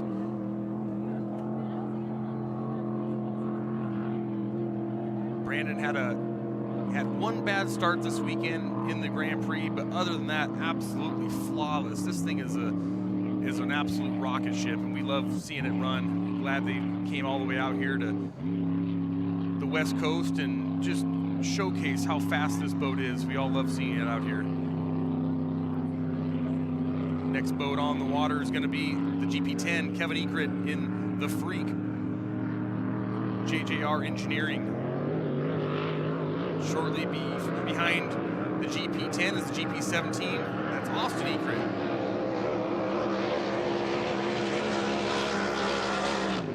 Brandon gets a good timing run here down the front straightaway. He's going to be on the outside. It's going to be very, very important for him to get a good start. Coming up on 2 minutes and 30 seconds into the start.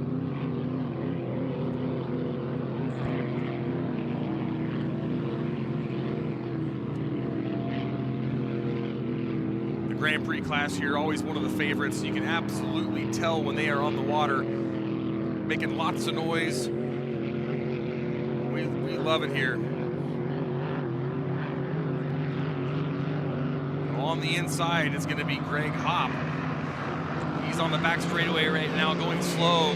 GP35 on the far outside, they're together. And right in front of us on the front straightaway, the GP17 and the GP10 as they start to line up here under 2 minutes to the start. Yeah, inside out, Heat 3A, Greg Hopp, GP15 going to be in 1. Austin Ekert, the GP17 to Miss Runne, he will be in 2. The Freak, Kevin Ekert, GP10, he will be in 3. And on the outside, it is Brandon Kennedy. Brandon jumped the clock yesterday. He made a mistake. I look for him to be a little bit behind the clock. He's got a lot of boat speed, and he hopefully can, in his mind, gobble up the field in the 3 times around the race course. Coming across the line right now, you're looking at Greg Hopp on the inside. That is the aforementioned Brandon Kennedy on the outside. And we're getting close to that 1 minute mark right now. It's 1:05, 1 minute and 5 seconds to the start of the heat. Do you like where they are, Dustin? I do. I think they're looking really good. No one's up there early. They're right where they want to be. I think this is going to be a really, really fast start. And Brandon, if I had to put some money on it, he's going to nail it on the outside. He's a smart driver. He's not going to make a mistake in this one. Yeah, I wouldn't expect him to make the same mistake again that he made yesterday. That's him leading the field up the backstretch. Brandon Kennedy, he is on the outside. Kevin Ekert is in lane 3. Austin Ekert in 2. Hopper is on the inside. That's the yellow low profile going up the backstretch. 25 seconds until the start. This could be an outstanding heat. Hopper starts to put his foot in it. Watch Greg on the inside. If he's on time, he might get the jump on everybody. Coming up on 13 seconds until the start. Off the exit pin and down to the line. It's going to be Ekert and Hopp coming. Oh, and look at Kevin from 3. We're 3 seconds. 2, 1, mark. Uh-oh, we may have had Kevin across the line. We'll have to wait and see, but Kevin was definitely early, so we'll see what the referees say, but I think he jumped. I think he did too by my count. But watch on the inside, Austin Ekert. If he is on the inside and he is of Kennedy, he's trying to hang with Brandon. Brandon starts to move it out a little bit, but there's a lot of speed. They're really rolling, Dustin. Wow, look at the boat speed on the outside. Kennedy's showing us what he has right now, but the 17's hanging right with him on the inside. What a boat race. Yeah, Kevin Ekert is going to have a role to play in this because Brandon Kennedy's going to have to go outside of him, and Austin Ekert is able to stay on the pins. Kevin Ekert comes across. We're not sure if he's legal, but you race for seconds, a barn burner. They're dead even.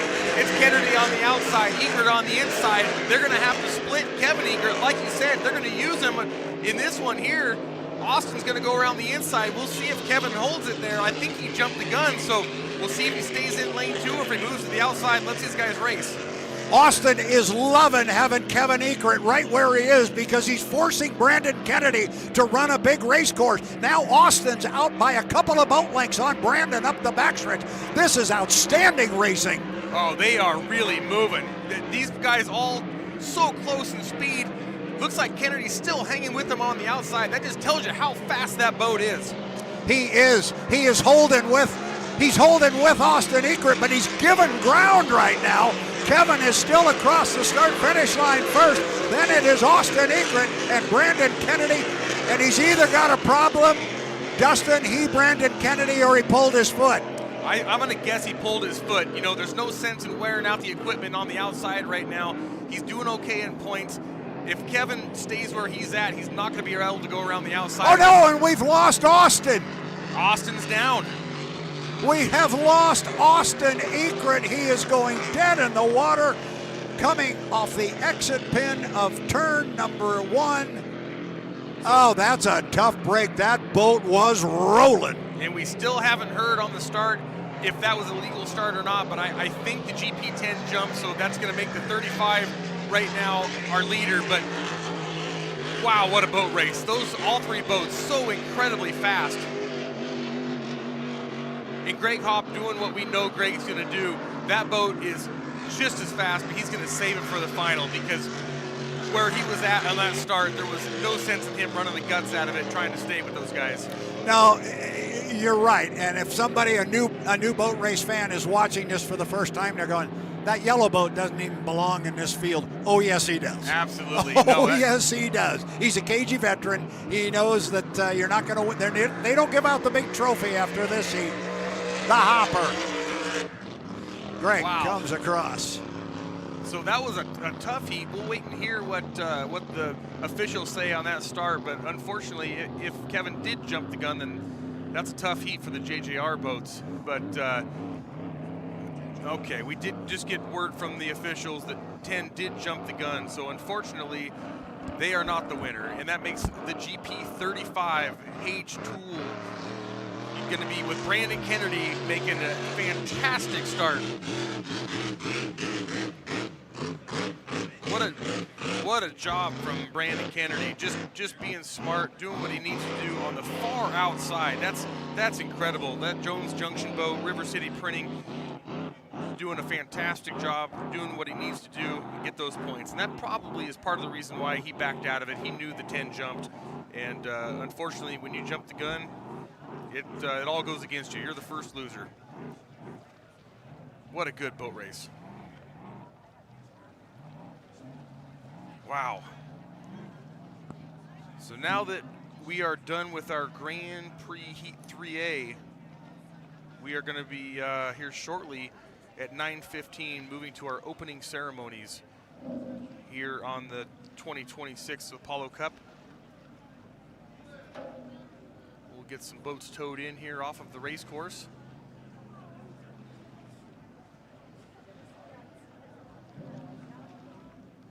We'll have to find out what happened with the GP17 out there, and hopefully nothing too major. That boat sure was looking impressive, and he had a ton of boat speed, and I don't know that Brandon was going to be able to run around him on the outside, but it was going to be a barn burner. So hopefully they can get that fixed for the final, and then we can see all of these boats running at one time in the final. It's going to be loud. It's going to be impressive.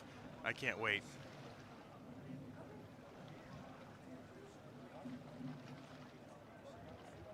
We're just getting some of the boats moved off the race course here and towed back to the pits so the teams can start working on them and doing some maintenance, some repairs. And I think while we wait for some people to get towed off the race course here, we're going to step away just for a couple of minutes and come right back to you at the 2026 Columbia Cup. See you in a minute.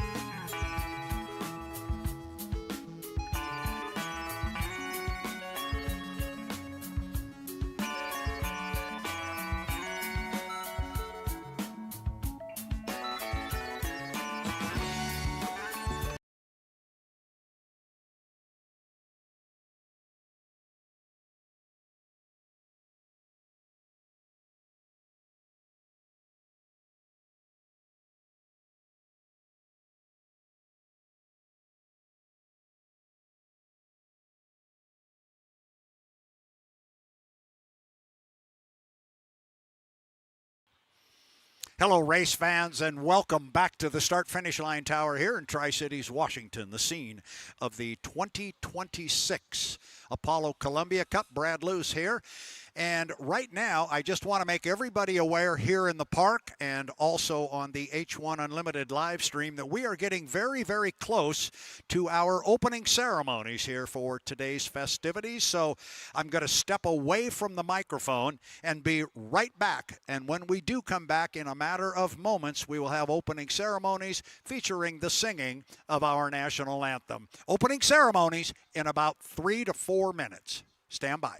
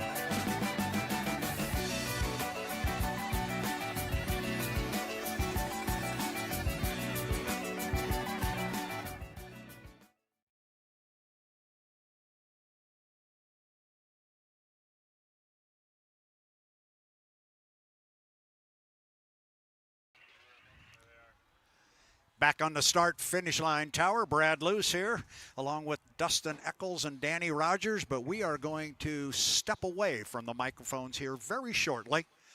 I'd like everybody here to get ready for what is always a fun moment here at the Columbia Cup in Tri-Cities, Washington, and the Tri-City Water Follies.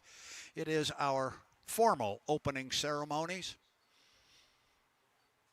We are being told to look to the sky, and I think you will see the airplane up there. We will have our skydivers hopping out of the plane here shortly, at which time we will get on with the national anthem.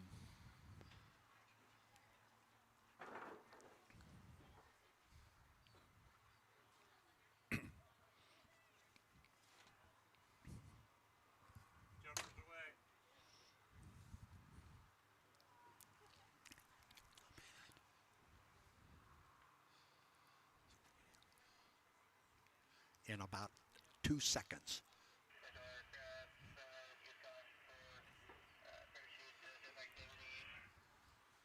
The third one will have the flag.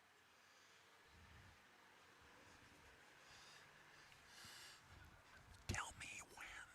I can't see. Tell me when. What?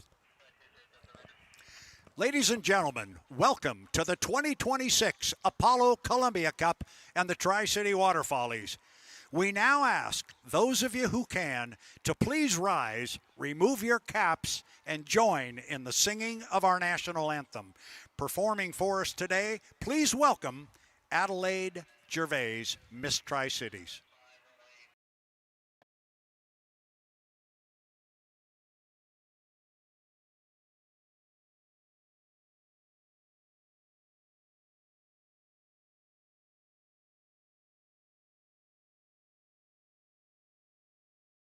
We hailed at the twilight's last gleaming, whose broad stripes and bright stars through the perilous fight o'er the ramparts we watched were so gallantly streaming, and the rocket's red glare, the bombs bursting in air, gave proof through the night that our flag was still there.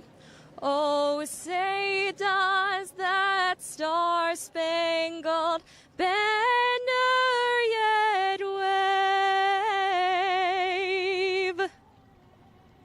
o'er the land of the free and the home of the brave?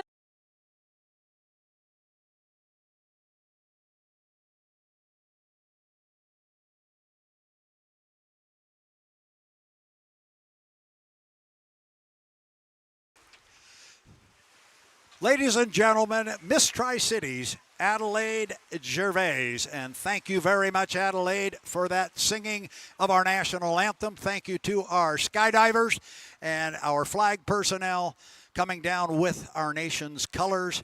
Also, thank you to our sheriff's boats that went up and down the shoreline here. And now there's only one other thing to say. Ladies and gentlemen, welcome to the 2026 Apollo Columbia Cup.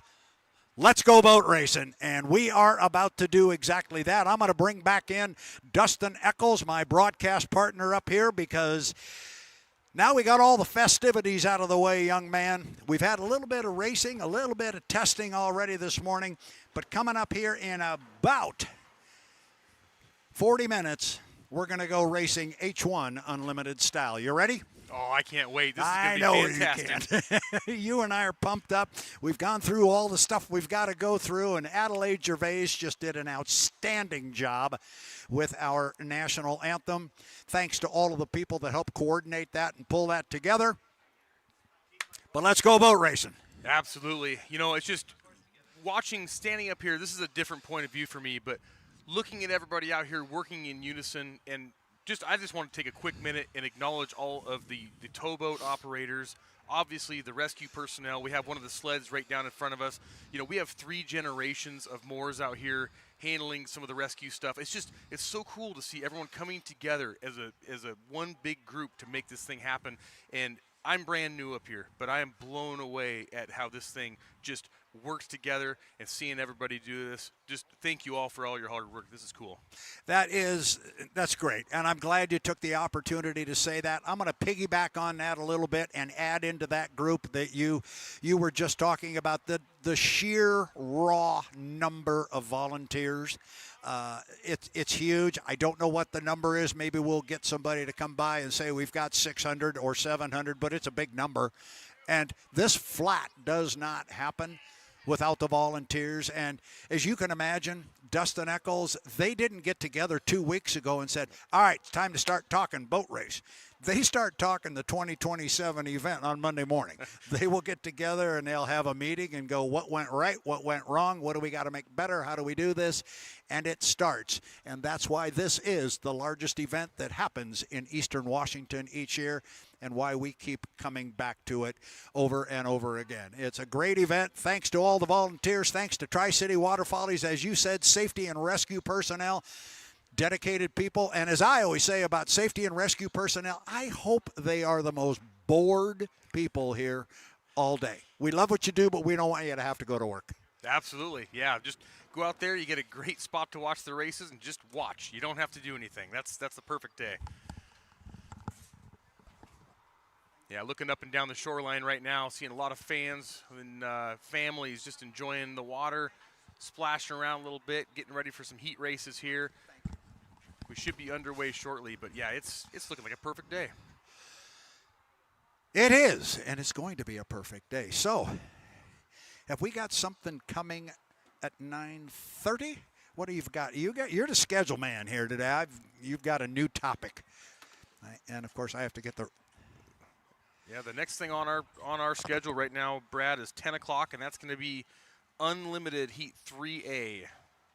Then I think what we're going to do is take this opportunity to once again run down our lineup for our Heat 3A and our Heat 3B for our H1 Unlimited Hydroplanes. That is all going to begin at 10 a.m.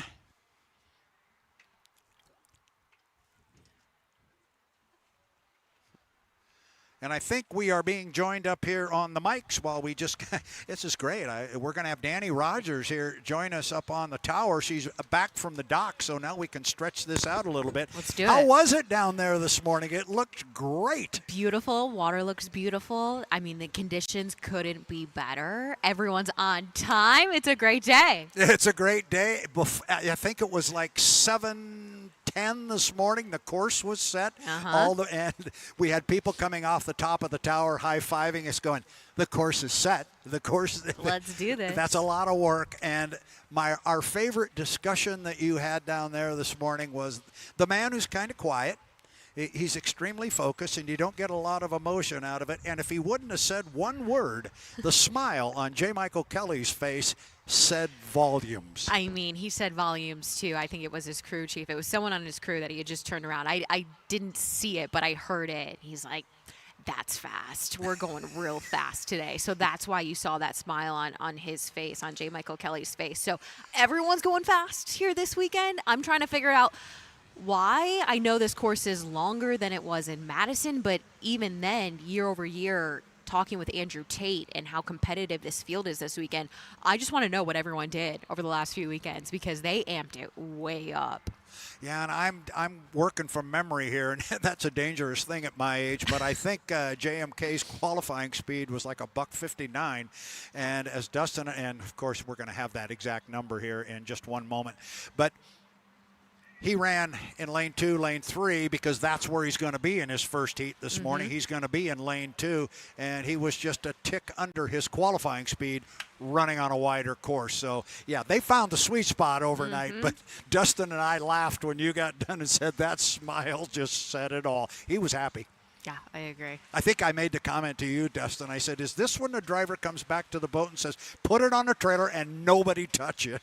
Put some fuel in it, get her ready to go. Yeah, and that you could tell that was their race setup. You know, they weren't going out there to try to lay down just a fast qualifying lap. That was what he's going to race with. So that's confidence for J. Michael to go into this next heat knowing that I can go out there and run this fast in lane 2, and I can actually come out with a win. Yeah, so Danny, now you've been to the test session. You've been to Madison, Indiana. You've now seen some boat racing here on the Columbia River. We had a great time yesterday. The racing was fun. Yep. It was a lot of fun. So now we get to ask you your thoughts on our lineup for 3A and 3B. And let's start with our lineup for Heat 3A. You're going to have Brandon Kennedy in the Miss Madison. He's going to be on that inside lane. Corey Peabody showed some speed yesterday we didn't see in Madison. Peabody's going to be in 2 in that Tahoe Miss. Gunnar O'Farrell will be in 3, and holy smoke, you want some real speed. How about Bucket List and Dylan Runne in lane 4, and that Tate character is going to be on the outside, BWR. What do you look for? Well, I first have a question to Dustin. With Tate having to go on the outside, does he just get exhausted from that? Is that exhausting just seeing your name in lane 5?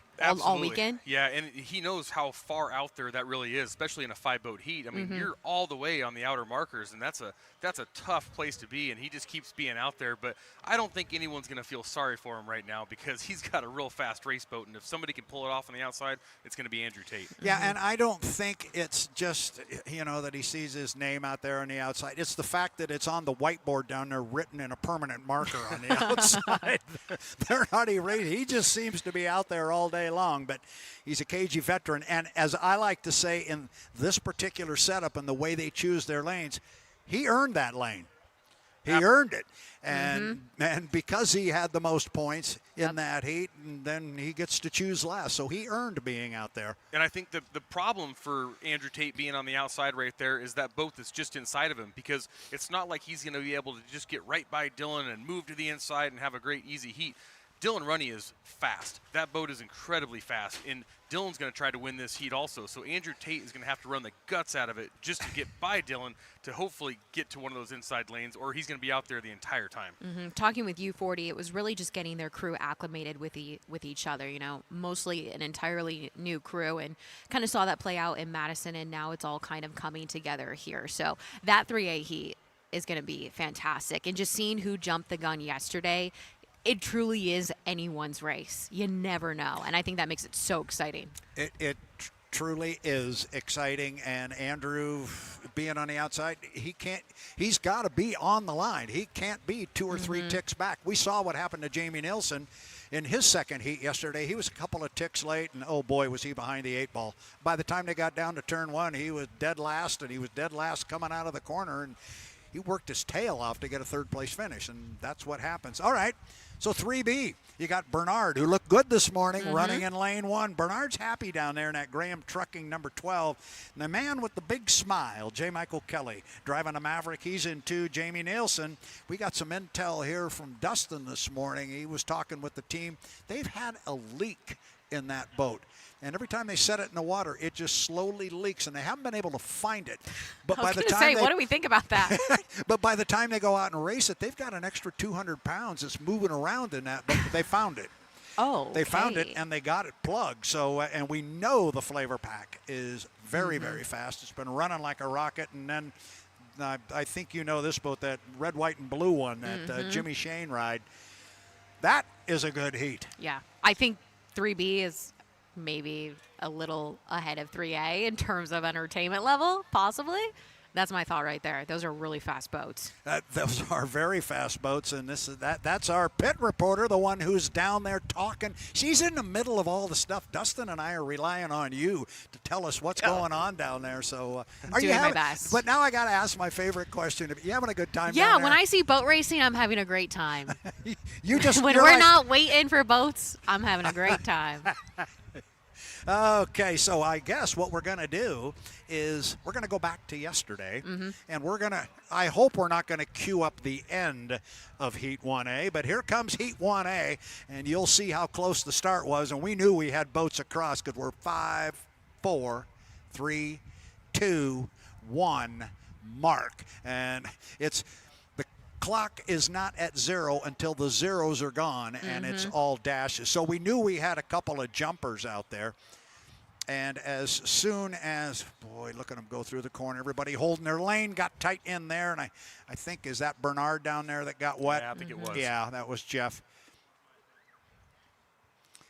And then it was Corey Peabody and Jimmy Shane. Look at the acceleration that Shane's got. But Peabody showed me something here, because what we saw in Madison was Jimmy just be able to walk away. And he was not able to. Now, part of that was lane, but look at the top end speed in the Tahoe Miss. Corey showed me something there, and Jimmy staying way out wide. And so's Corey keeping the speed up. They come off almost dead even. And don't forget about that white boat on the inside. I mean, he's hanging right with him also. That was, and you commented about that, Dustin, during the heat. The boat out of Madison, Indiana, that didn't qualify terribly fast, and you know they're getting Brandon Kennedy with his brand new driver's license. There he is back there in 3rd position on the inside lane. Boat showed me a lot. He looked good. Yeah, those two boats out front, they've got the nice clean water. You know, that's the easiest place to be, and they are so fast. I mean, that's hard to beat, but you get back in the rough stuff, and that's a handful. And this is about, and we saw the camera change there, because that's about where we learned it was official, that the 2 leaders had jumped the gun. And when we got that word, our leader then at that point was Brandon Kennedy in the Royer Miss Madison, and very quickly Dylan went by him on the outside, where we think that was Dylan that was driving. Was it, Brad? Well, there was a little problem yesterday. I heard it. I'm sure you heard it. I've heard about it from everybody that Dustin Heckles got a victory in Heat 1A. Old habits die hard. Now, Dylan did a great job here, though. When we talked about that, he just drove his own race. He just made sure that he was legal. He did what he needed to do. He let those guys get ahead of him. They jumped the gun. They were the first losers. So he did a great job of just being smart. So this is the final lap then of Heat 1A. Dylan Runne came out of it, and we questioned a little bit on Friday why Dylan would choose the lane he did. He didn't have to go to the far outside, but he did. And then you had the interview with him, and he said, because we all remember what happened in Madison. They put themselves behind the 8-ball with this race format, and all of a sudden they come out of the first heat and the first couple of heats with not very many points or any points at all, and then you're chasing from the beginning. And I think, as he said to you in the interview, we just wanted to go outside. We wanted to run clean, make sure we finish, get some points, and get the process started. And I always say, and we talked about it this morning, you can't win the Columbia Cup on Saturday, but you can sure as heck lose it. And that's what he did not want to do. And there's the victory. And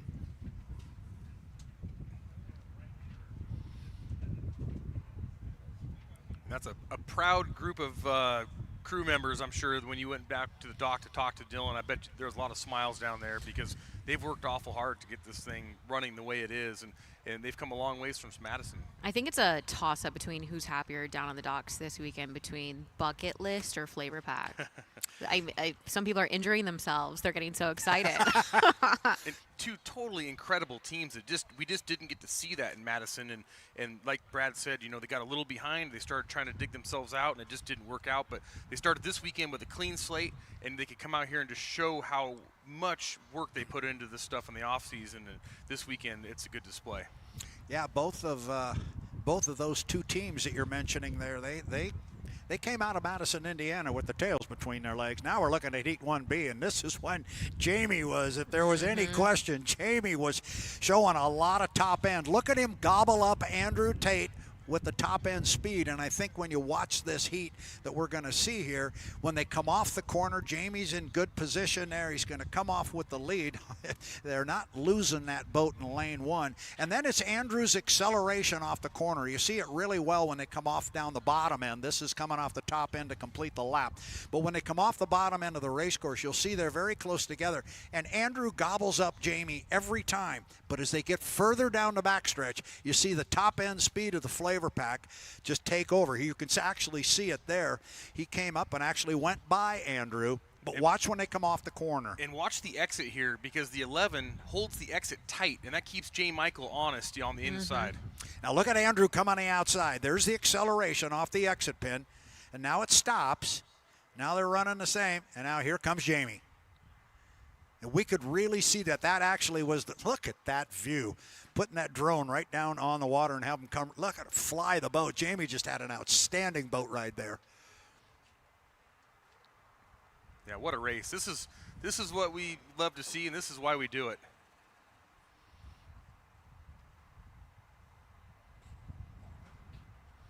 I'm going to give a little shout out and an apology here to our fans on the shoreline, because we're on the PA and we're sitting up here watching boat racing.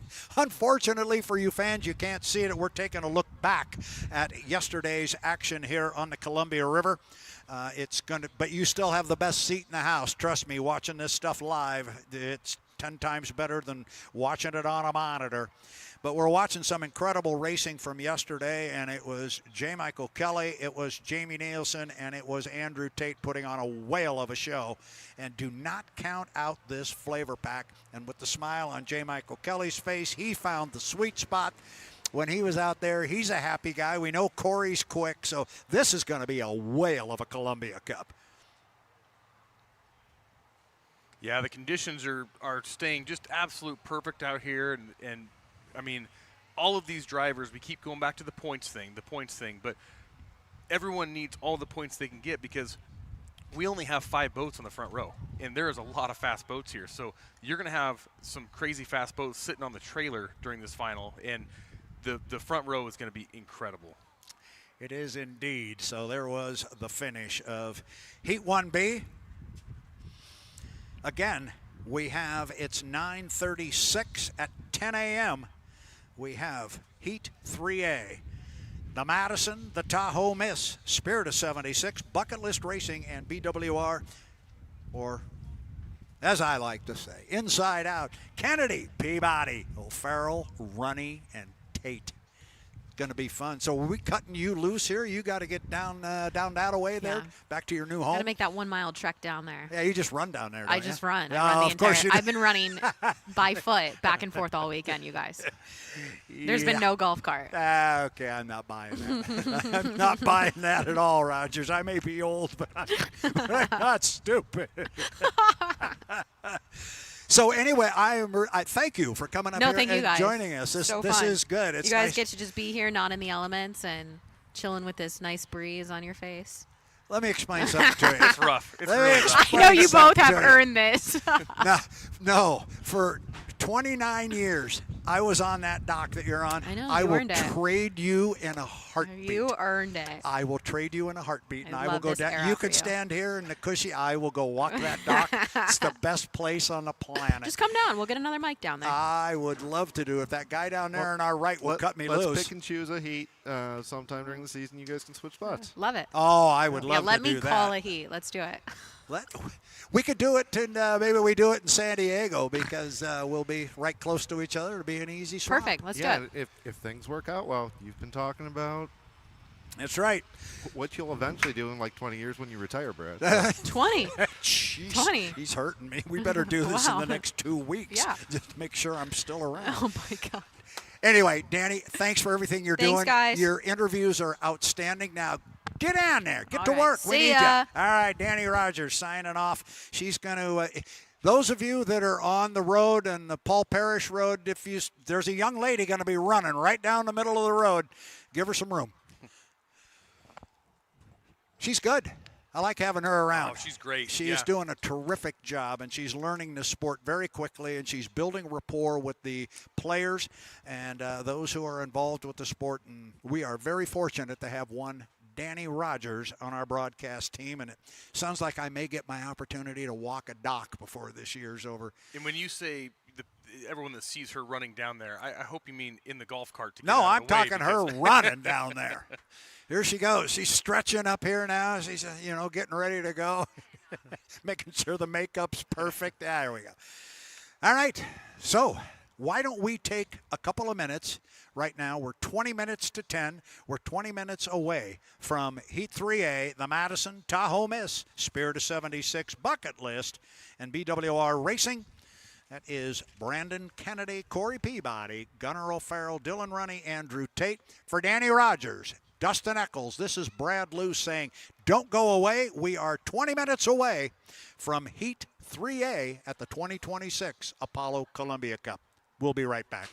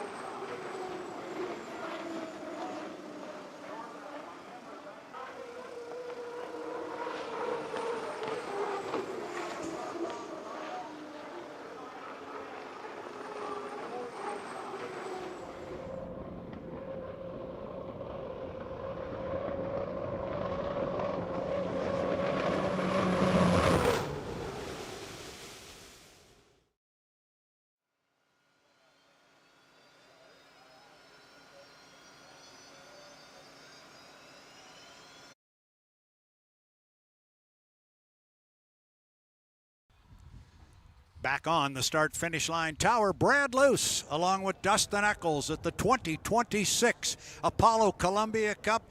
Dustin, we were hoping to have boats at the start-finish line at 10 o'clock. It's 10 o'clock. It's quiet out there on the river. However, you and I have a view of the pit area. I count 1, 2, 3, 4, 5, 6 boats in the water, so there's still 3 more to put in for our 3A and 3B. But the boats in 3A are in the water, meaning we are just a couple moments away from the start of our Heat 3A. We've been sitting up here saying, you know, you're ready, you're ready.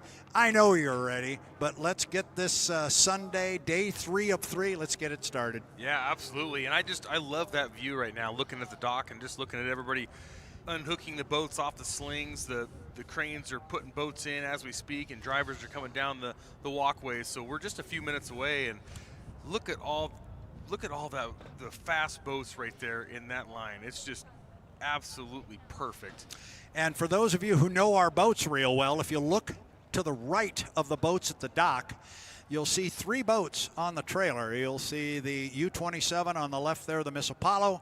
Right next to that boat, you'll see the yellow and blue of the Miss FLAV-R-PAC. And then on the other side of the crane, you'll see the black and red of the U-12 Graham Trucking. Those 3 boats are in our Heat 3B. So our field is in the water for 3A. We're going to run down the heat. Take a look at the combatants as we get to 6 minutes and 10 seconds to the start. Let's take a look from inside out.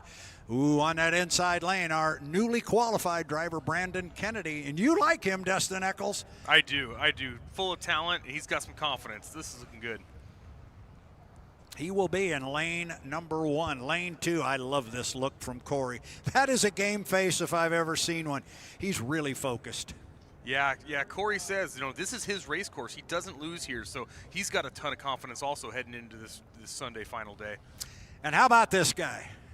One of the fun guys to be around. If you haven't spent a couple of minutes with Gunnar O'Farrell, you're not living right, because he's a good one, but he's also a very good shoe. Yeah, Gunnar's one of the best, and I'm just glad to see him out here. And lane number 3, that's going to be exciting. Look at the noses start to tip out toward the center of the river. Lane 4, you like this guy, and yeah, it's sentimental because you drove that boat, but you also like their speed. Dylan Runne. Yeah, Dylan's getting comfortable in that boat, and he's very, very smart. He did a fantastic job today. He's going to start, or yesterday, he's going to start today off strong. And as we approach the 5-minute mark on the far outside, Andrew Tate, he's getting tired of hearing about that. However, as we mentioned, he's earned that position because he's got more points than anybody else in this particular heat. We're inside 5 minutes and coming away from the dock. Dylan Runne is first away. Then it's Corey Peabody. Then it's the Madison. Then it's BWR. 1, 2, 3, 4 coming away. What a sight. Yep. They will head away, and we will look to our right. We've got a visual on the race boats coming away. And it is time, ladies and gentlemen, to get out of the water. If you are in it, we need to have you up and out of the water before we can run our race boats here. And it could happen that we would stop a heat. We sure don't want to do that, and it is for your safety and the safety of those around you. Please hop out of the river while our H1 unlimited hydroplanes, the fastest race boats in the world, are on the water. Looking at Dylan Runne as he goes up the backstretch in that bright orange. Right now, the conditions on the water are absolutely perfect. There's a little bit of a breeze out here in front of us. It's coming, it'll be in their face up the back straightaway the way they're going right now. So just a couple miles an hour, nothing to be concerned with. Again, our lane assignments, the Madison will be in lane number 1. Tahoe Miss will be in 2. Gunnar will be in lane number 3. That's the Spirit of 76. Bucket List Racing, Dylan Runne will be in lane 4. Andrew Tate on the far outside. And you see Dylan Runne right there on the screen coming off the top end of the race course, and he is sticking out wide because he knows that's where he's going to be. One hard charge at the line, one last timing run, make sure everything is right. Yeah, he's got to be right on. Being towards the outside like that, he's got to nail this start and make sure he's legal, because you cannot afford to jump the gun in this heat with so many fast boats, and you also can't afford to be late. That's what I was just going to say. That's the best part. You cannot afford to jump the gun, and you cannot afford to be late. It can't be that difficult. You're only coming at 190 miles an hour. Yeah, there's a million ways to get it wrong and only one way to get it right. That's well said. I like that. We are still missing and waiting for Gunnar O'Farrell in the U21. But again, we're not fighting for lanes. Our lanes have already been determined by choice from the race team and the driver. So his lane will be waiting for him when he gets out on the race course. Still got plenty of time with 2:30 until the start. 2:30. It does take a little while to get these wound up, though, so Gunnar better get it going if he is going to make this with under 2.5 minutes. It takes a little bit to get on the race course, and remember, you do have to cross the start-finish line at least once before the start of the race. And that was made clear at the drivers' meeting, and we've talked about it. You are correct. You've got to make one run across start-finish. So waiting on Gunnar O'Farrell in the U21 Spirit of 76. Now, these other 4 boats are absolutely not waiting. They're on their marks. They know where they want to be this entire time, and I'm curious to see if I hope Gunnar's out here, but if we do not see him, are the referees going to make the outside boats stay in those outside lanes and leave an open lane in between, or do they get to slide in? We'll have to wait and see. There was a lot of discussion about that as we discussed this race format, and I believe they will allow a boat to move in up to them. If I have it right, if I'm wrong on that one, and when this heat's over, I will pull out the rule book and read it. And there, Gunnar is away. Gunnar is away from the dock. Now, his timing might be pretty good to line up with the rest of the field here, but to your point, he is supposed to come down and come across start-finish line one time at speed before the start. We'll see how the officials want to handle that, but our 5th boat is up and running. You're looking at the 4 boats there as they get down to the bottom end of the race course. We're going to focus on that because we're inside 1 minute, Dustin. Time to go racing. Yeah, and Gunnar being down there, he's still trying to get on plane in just outside of turn number 1. That might be an obstacle these radio people need to keep an eye on.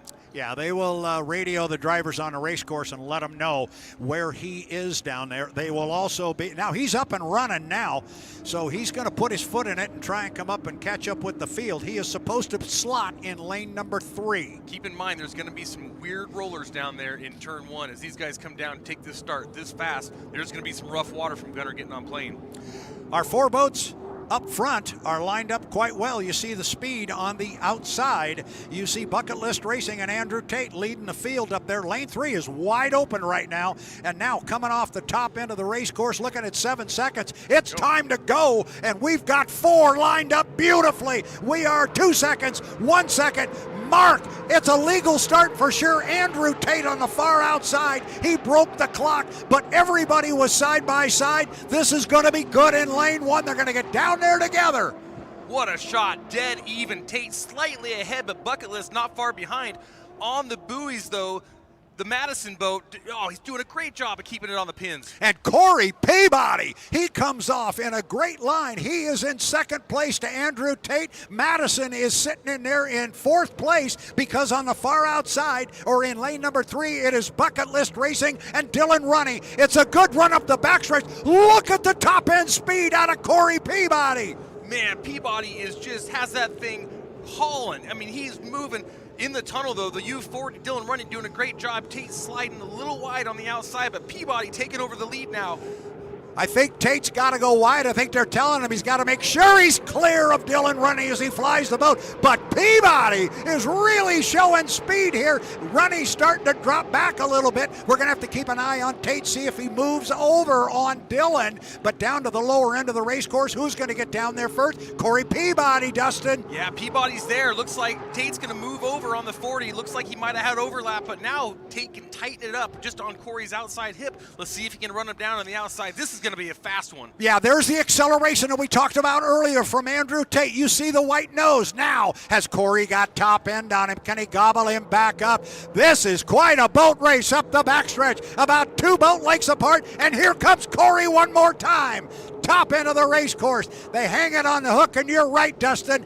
Andrew Tate has been able now to move over closer to Corey. This is a much tighter boat race than it was before. Tied together to come down to complete lap number 2. Yeah, Tate went tight at the exit of pin number 2, held Peabody inside. Peabody slowed a little bit. Now Tate stretched it out by about a 1 boat length lead. Third place, Brandon Kennedy, the Royer Miss Madison, doing a great job of hanging with him.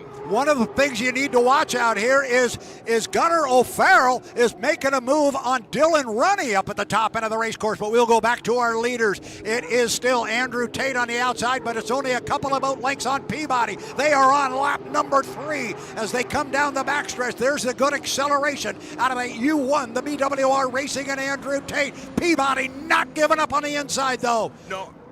Peabody had a fantastic turn down in turn number 1. He gained a lot of ground on Tate. Let's see if he can reel him in here as they enter turn number 2. Peabody on the inside. Wow, he gains a little bit of ground each time here on the inside. Tate keeping it wide, keeping his speed up though, as he tightens it up at the exit. Checkered flag flies at the end of lap number 3. Andrew Tate, BWR Racing to U1. Tate with a win on the water in Heat 3A. Corey Peabody comes home hard in second place off the top end of the course. The boat just keeps scoring points, and that is Brandon Kennedy in the Royer Miss Madison. He will come across the line in third place. Gunnar O'Farrell is coming off the top end of the race course. He has gone past the Ailing Bucket List Racing up the backstretch. Here comes Gunnar. We'll check with the officials and make sure everything's cool, because there was that aspect that was mentioned at the drivers' meeting about cross and start finish line once before the heat starts. We are being told by our spotters that there is possibly a canard issue again on the Bucket List Racing. We can take a look at it when he comes down the front straightaway. Dustin, you got better eyes than I do and know exactly what to look for, but clearly something is wrong. Yeah, there's not much to see because there's absolutely no canard there. The canard is missing off of the U40 Bucket List Racing, so Dylan just doing a good job of getting it through this heat, getting some points, and yeah, like you said, Brad, we're going to have to wait and hear what the referees say about the U21, because if in fact he is penalized for not crossing the start-finish line before the start, then that's going to move the bucket list up another spot. They're going to gain some more points, and I know for a fact they have another canard in the truck, and they'll have that thing fixed for the next heat. All right, so you just got to look. Those of you on the H1 live stream are able to take a look there from the drone down on the Bucket List Racing, and clearly that front canard was gone. Now I'm curious. I mean, it's really tough to tell, but obviously when Tate moved in, the bucket list did get wet. I think they had overlap. That's not our call, but was it damaged in that moment, or was it damaged before? It's tough to say. Maybe we'll go back here in a little while and see a replay. Yeah, and the officials will do their diligence. They'll look at any replays if they have similar type questions. But on the water, another impressive performance by Andrew Tate in the U1 BWR Racing. And you called it exactly with what happened on the race course, because Corey was moving out. He was moving away from Andrew Tate until Andrew cleared Dylan Runne in the bucket list and was able to move over and get closer to Corey, and then he worked his magic and got around him. Yeah, and if the 40 would have been able to maintain inside of Andrew for that, entire time, I don't think that Tate would have been able to get by Corey Peabody. Peabody has a great boat ride right now, and it's really, really fast. So this lane position is really become important here really soon. So that's the way they finished on the water. It was Andrew Tate, U1 BWR Racing, second place. Went to Corey Peabody in the U3, the Tahoe Miss. The Spirit of 76. We are checking the officials now. But on the water, first place went to Andrew Tate in the BWR Racing. Second place went to the Tahoe Miss, the U3, Corey Peabody.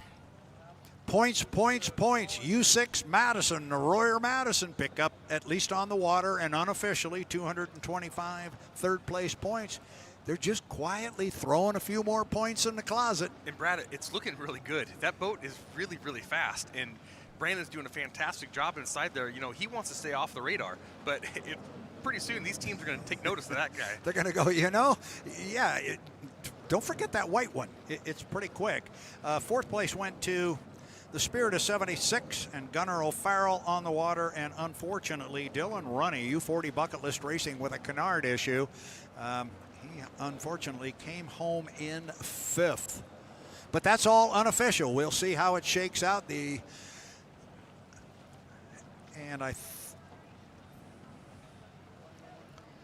We are being told there is a 1 minute penalty on the U21, the Spirit of 76, Gunnar O'Farrell. They're calling it okay. improper score up before the start. Improper score up. So what that means is what Dustin and I were talking about before the heat. Gunnar didn't get out here in enough time to cross the start finish line once before the start of the race. And that got called, and so he got a 1 minute penalty for that, which helps out Dylan Runne in the bucket list racing because they did just move up a spot. It does, and at least it's not a DSQ or disqualification for the 21. You know, it just moves them back one spot. They do lose a few points, but at least they do get some points moving forward. And it's a tough break for Gunnar because the boat was running very well. And it ran well once he finally got it lit and got it out on the race course. He was just behind the 8 ball in more ways than one. He was behind the 8 ball with the officials, and then he was behind the field as well. But once again, more good racing here. It's been fantastic. And this next heat's going to be a barn burner also. And, you know, now the 40 team has some work to do because, unfortunately, you don't just bolt a new canard on and then it's, you know, plug and play, ready to go. There's a lot of linkages, there's cables. They have to get in there and find out what all was damaged and everything. And luckily they do have a lot of parts and pieces that are spares. They can get in there and get it fixed, but this crew's got a lot of work ahead of them. So that's the story so far of our Heat 3A. Heat 3B is on deck, and I understand in our ear we are hearing that our Danny Rogers has caught up with Dylan Runne down in the pit area. We will, as soon as we get word that they are ready, we'll be able to find out right from the horse's mouth here, that being Dylan Runne, exactly what happened out there. He was in the thick of it and then just started to drop back. We noticed the canard was gone, and we'll see. Maybe he can give us some insight where that happened and how it happened. We're working on making that connection with Danny, but until then, we start now turning our sights to Heat 3B because that's on deck, should be coming up here in about 12 to 15 minutes. That'll feature Jeff Bernard, J. Michael Kelly, Jamie Nilsen, and Jimmy Shane. Every time you put a set of boats out there, there's just so much speed in that field. You go, wow, this is a great heat. Then you go to the next one. Oh, my goodness, I forgot about those guys. Yeah, there's a lot here. Every time you mention the heats, I just think to myself, wow, that's going to be a tough one. And there's not going to be an easy one. But, yeah, it's going to be definitely an exciting heat coming up. And, just thinking about the canard issue the 40 had, well, we can go down and talk to Danny right now, and she can give us an update with Dylan Runne.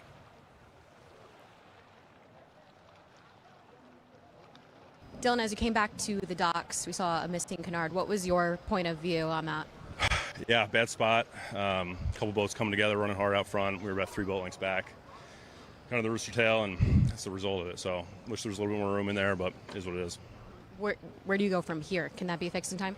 Yeah, hopefully we didn't do more damage there. Pull the canard off, put a new one on, and see where we get going for Heat 4. Appreciate it. Thank you. Yeah. Well, you don't have to be a rocket scientist to assess the disappointment in Dylan Runne's voice there. He didn't say it, but he did say it. He felt it got a little tight down there in the lower end of the race course, and he had wished there'd been more room. And I don't know.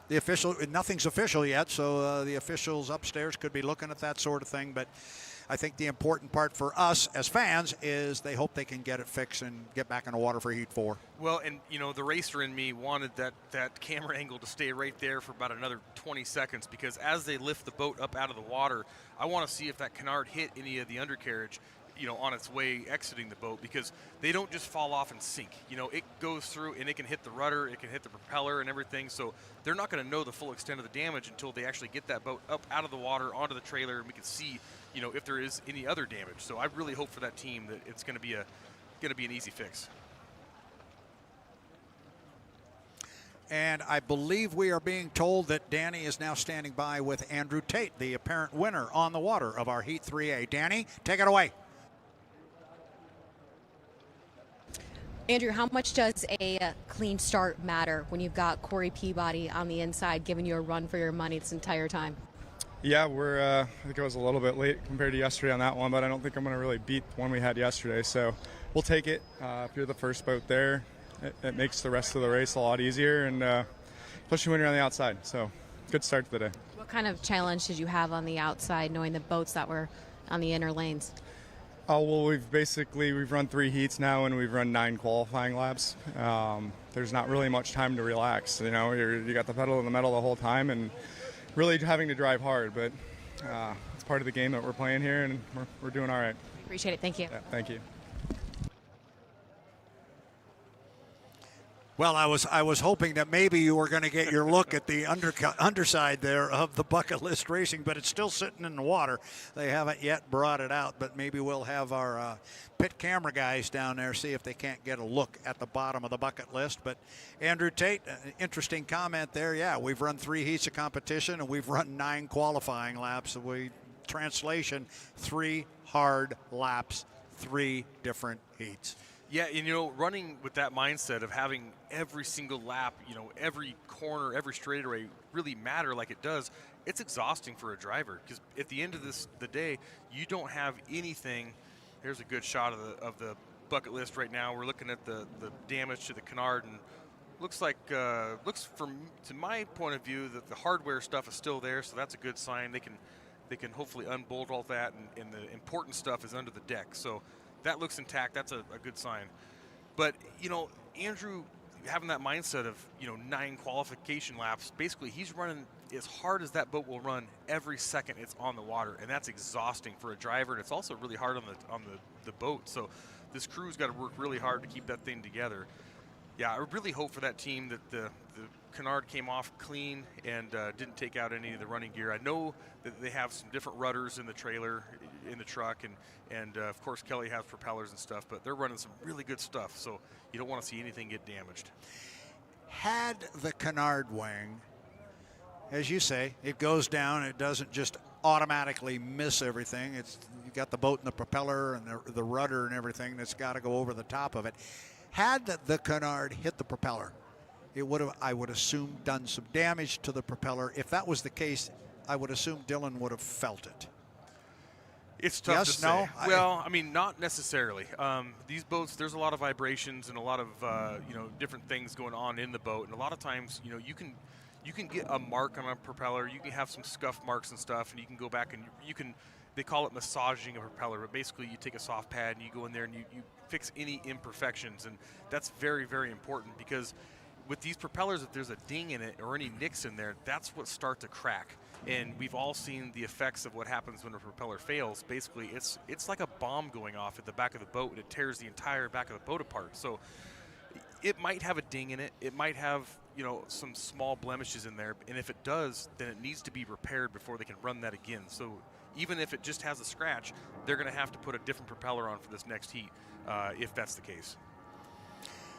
Well, we'll just have to wait and find out. I know our officials are still looking at things, and the boats still have to go through the tech inspection. So that's 2 entirely different processes that have to take place here. They've got to clear the boats on the water, and that's from the standpoint of jumping the gun, which there clearly was not an issue in that heat board.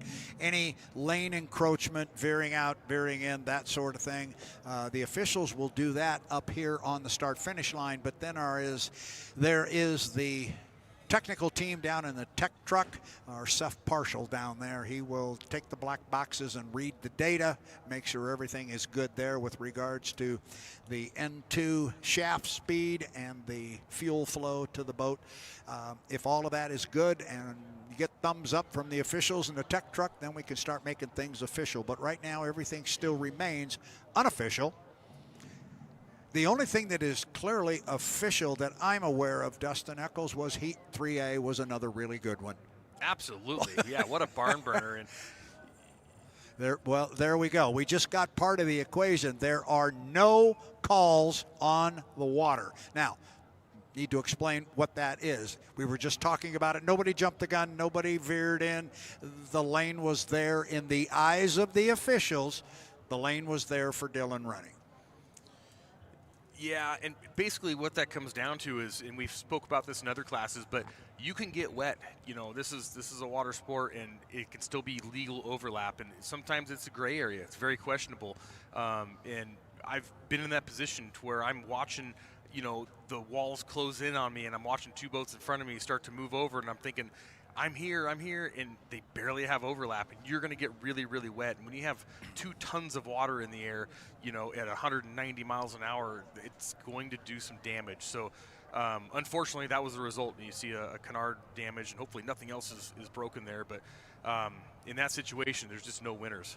And we need to clarify, there was a call on the water, that being the call on Gunnar O'Farrell for not having a legal score up.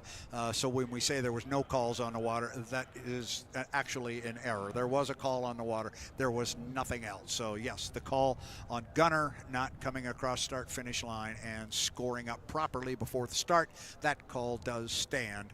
But everything else was clean on the water, so now it's up to Seth and the tech truck to look at the N2 and our fuel flow. As soon as we get thumbs up from that, we'll make the results official, and by then we should be getting awfully close to H1 Unlimited Heat 3B. And Seth is going to be a busy guy today because these guys are pushing the absolute limits of every rule. You know, I mean, everything is regulated to where, like you said before, how much fuel flow can go to these engines and how fast you can spin the engines. And they are just bouncing around that gray area at every second. That's what makes it so quick. But it's Seth's job to look at all the stuff and make sure that these guys are within the rules.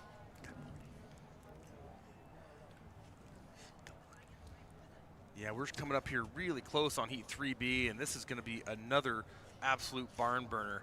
I can't wait, and hopefully they can get the officials can get all the tech stuff back from the first heat so we can know what we have heading into the second heat. Well, that second heat's got to come up here pretty quick because it's 10:27. It was slated to go at 10:30, and we have a hard stop at 11 o'clock because that's when the air show will begin. Sorry, I'm having my fans here, Dustin. I just had to make sure.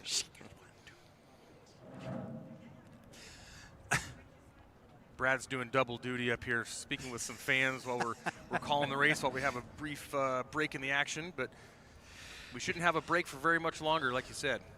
And given those were fans, we shouldn't have too many of those breaks happening anymore today. Oh, gosh.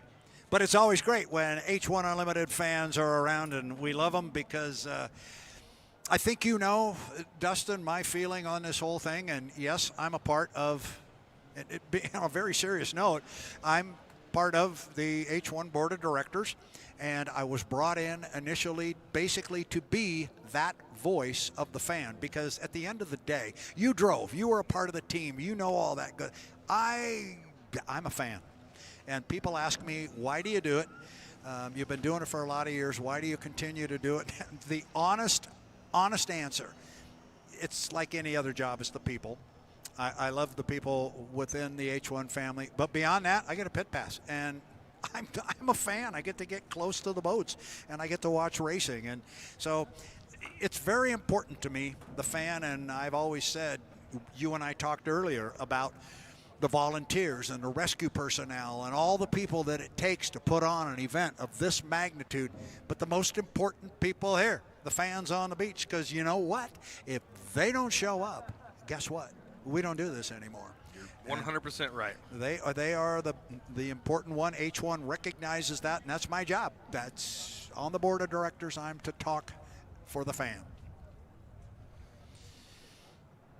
Yeah, it's great to see all the people coming by this weekend and just saying how much fun they're having and how much they enjoy the races and look forward to this weekend every year. And it's just, you know, I love coming over here. And this year I was able to bring my daughter with me. My wife's at home working, but I'm a fan also. You know, I was on a race team, and I've driven for a bunch of years, and but I love hydroplane racing, and I love the event over here. And this is summer for me. This is great. Yep. Well, and I know we talked on Friday because I had family members show up. I've got family in just west of us here in Ellensburg, but I also have one of my children and his family and my grandkids down in Jacksonville, Florida, and they are here this weekend. So to all of them, welcome again. But here's the best part. They brought with them a family from the Jacksonville, Florida area. And I had met these people before, great group of folks. They came up here, and you can count on 0 fingers the number of unlimited hydroplane races this other family had ever seen.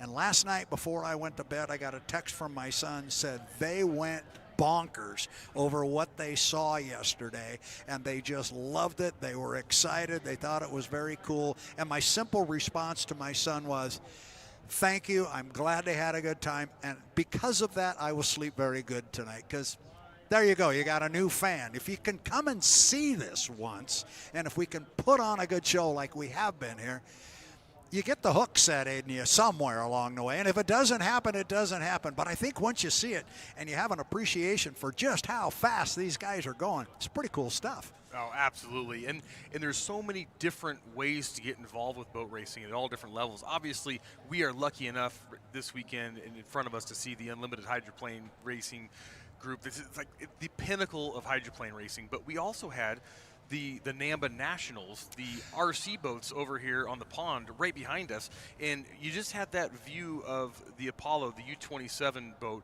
and on that boat, one of their crew members, Paxton, actually won a national title with his remote control boat this weekend. So it just shows you that at all levels of boat racing, they're involved with all different aspects of it, and that's just so cool to see the families involved with it and all different levels. We're coming up here on 6 minutes to the start now. Yeah, and I think we're going to take the opportunity to walk through our field for our Heat 3B. Coming up here in just a moment, we're going to start, I believe, and this will go inside out. We'll start with the U-12, the Graham Trucking, and there he is, Jeff Bernard. Hasn't been in this boat since last year in Seattle, did a lot of off-season work. He's liking the way the boat is progressing. Yeah, it's fast. It's getting faster every time out, and he's comfortable.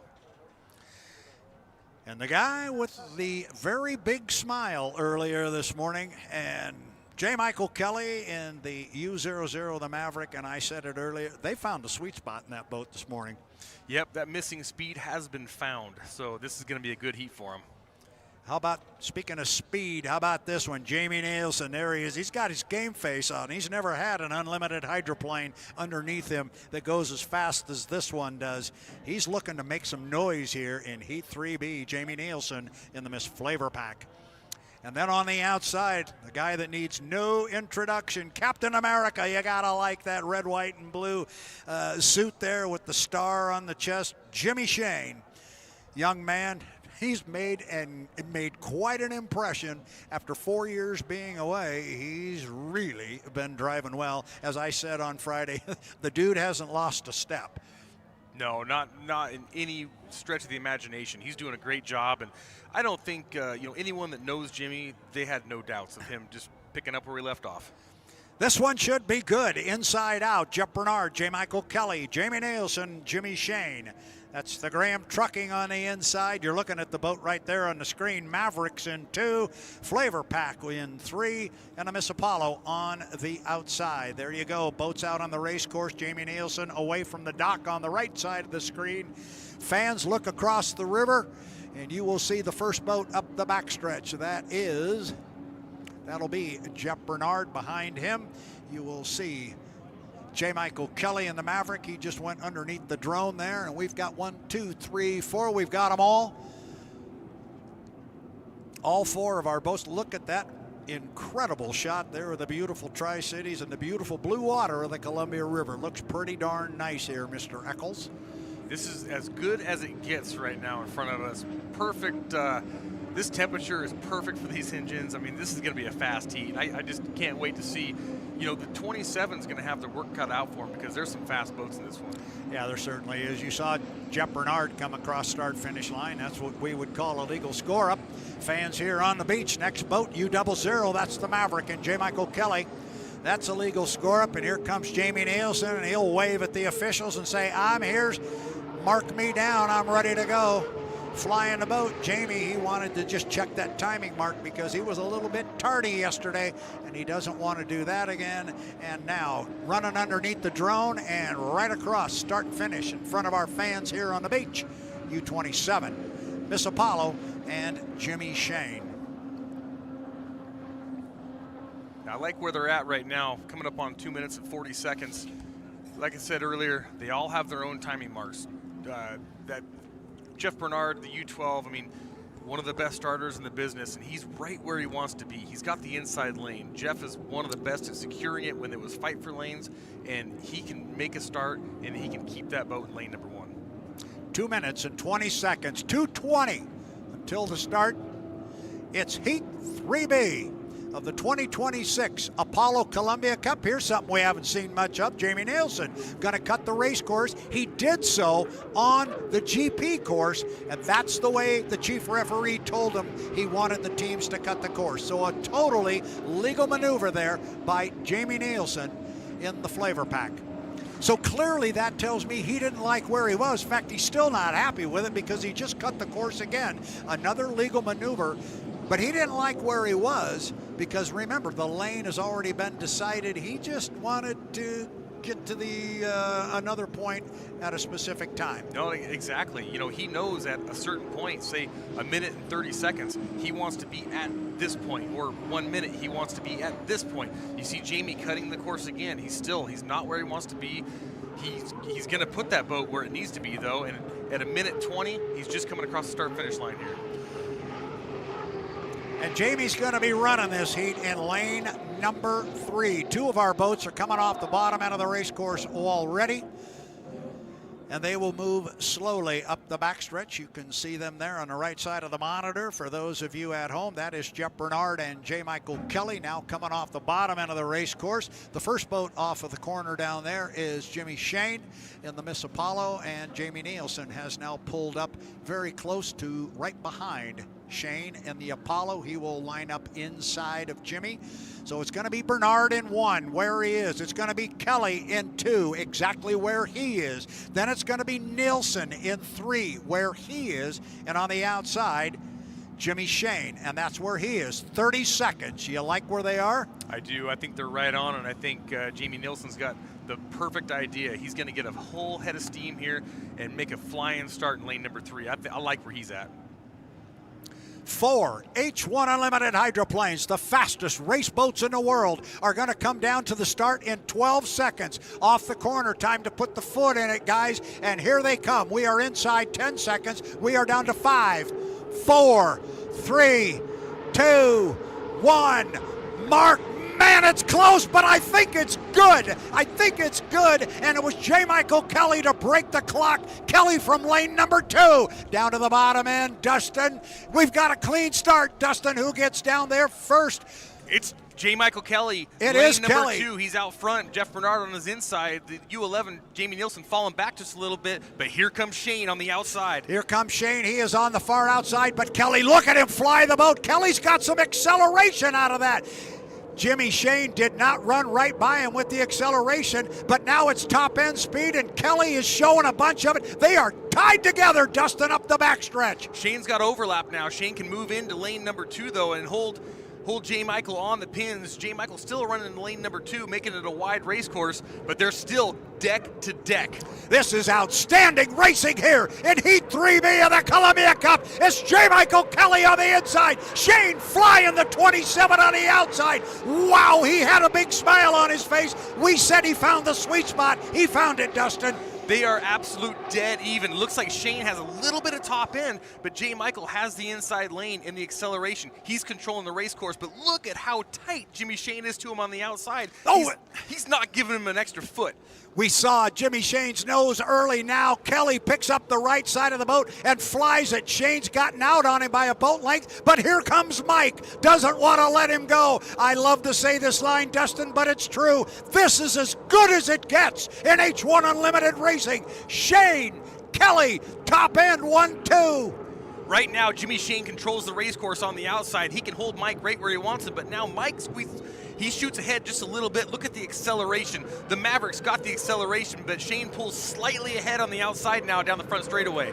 Not to be forgotten, we got a great race going for third place between Bernard and Jamie Nilsen. But out front, it is Jimmy Shane as we start lap number 3. He's got a couple of boat lengths on Kelly as they get down toward the bottom end of the race course. This is the final lap, the checkered flag lap. Kelly, he's trying to hang with him, and that inside lane's got to pay some dividends. It's helping him, but man, Shane's holding him on a tight line, Dustin. Yeah, J. Michael Kelly doing everything in his power just to hold it on the buoys, make it a short race course. Both of these drivers absolutely hanging it out, getting everything they can out of the boats. Shane pulls ahead by half a rooster tail right now. It's going to be acceleration off the top end. So far, Shane has had it, and he's got about 4 boat lengths on Kelly. Watch to see how Shane holds Kelly to the buoy row. He's going to pinch him in tight, give him enough room, not give him any more. A nice corner. Shane is going to come down. The checkered flag flies, and it's going to fly for U-27 Miss Apollo. It is Jimmy Shane comes home first. Kelly, we can't even see him. He's so close on the inside. Great racing. Nilsen will come home in third in the Miss FLAV-R-PAC, and Jeff Bernard will come home in fourth. Wow. That was fun. Wow. That was fun. That was an awful lot of fun. Jimmy had to earn that one. Every single boat out there ran an incredible race, so he absolutely had to earn that one. Unbelievable. And we're going to let the referees go over everything and just see what they see, make sure it's a legal heat, make sure the boats were legal in the truck also, but you know, it really did. It came down to the start, and J. Michael Kelly had a fantastic start in lane number 2. He absolutely nailed it, and he drove a perfect race. There wasn't anything else he could do. And, you know, the U11 was slightly back on the start, and that made it easier for the U27 Jimmy Shane to get by him, to move in to challenge J. Michael Kelly for the lead. But if the U11 was up there a little bit further, I don't know that the 27 could have overtaken him. Wow. You know, for the first time in a long time, Dustin Eccles, I might actually need the air show. Need the air show for a little bit of a break. That was awesome. And I got to use the line that I throw out all the time. This is as good as it gets. Those guys were flying. You know, I might have to put like a tether on you to make sure that you don't actually jump out of the tower here, because you're so excited when these races get this close and this intense. It's pretty awesome up here. Well, have you noticed what we call that heat? Everybody has vacated our tower area. There's nobody's left to us. They're going to put the unofficial results up on the screen, and they will be as we called them. Jimmy Shane, again, unofficial, 400 points with a first place finish, and he hard-earned would be a good adjective there for that. J. Michael Kelly, a hard-earned 300 points, 225 to Jamie Nilsen and Bernard. He held off Jamie Nilsen for as long as he could, and he was doing a darn good job of it. We were so focused out front. I happened to glance back up, and that's when I made the comment. We got a great race going for third, but out front it was a barn burner.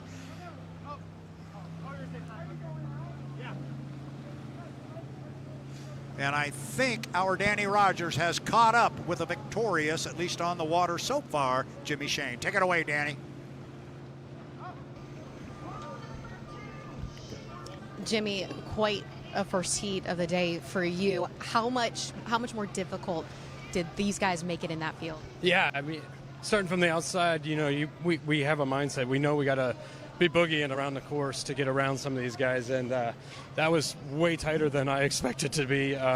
Mike and them picked up some speed. I know they went testing this morning, and so the strong guys are figuring it out now, and I had to run the boat 100%. And I hate running the boat 100% because you're right on the edge, but the Apollo boat handled it well. The weather's beautiful today. Conditions are going to be beautiful all day, and just looking forward to trying to keep the Apollo boat out front. What did allow you to pull away in that final lap? Honestly, it was just, once I got out in front of Mike, then I could kind of control the course a little bit, make it a little bit tougher on the boat on the inside, and so that he couldn't, swing a little wider off the corners and get more, drifting and acceleration. So just being positioned on the course, I think that's really what did it for us, and having the equipment to get out there and get out in front, that obviously has a lot to do with it too. We appreciate it. Thank you. Thank you. Hi, boys. He's remembered to get those kids in there. So I have one comment for you based on that, Dustin Eccles, and then I have a question. The comment is, go to the question first. The question is, he's talking about running at 100%. Now, when he says that, what's he really saying? He's got to push it right up against the end too, and when he's about to go over, that's when he pulls the foot and just try and push the limits of everything that's indicated on the dashboard? Yeah, absolutely. I mean, you're running the equipment as far as being legal at the limits, but you're also running on the ragged edge of keeping the thing on the water. And a lot of times you get yourself in a situation where your brain's telling yourself, hey, you need to lift. This is a spot you need to be cautious and take care. And in Jimmy's situation right there, what he's saying is, I cannot afford to lift. I need to go into this thing and being as aggressive as possible, and hopefully it comes out the right way. And the comment I wanted to make was, Jimmy said exactly what you said. Once he got out front, he controlled the race course, and he could hold Mike in a little tighter and pinch him and made life miserable, or at least as difficult as he could. Yeah, you know, I like to call it keeping him honest. You know, you're not going to give him any more lane than he deserves, and it definitely makes the inside boat have to work harder because he has to adjust to the way you're turning now and make sure that he stays where you're making him stay. And it's different than when the inside boat has control of the race course.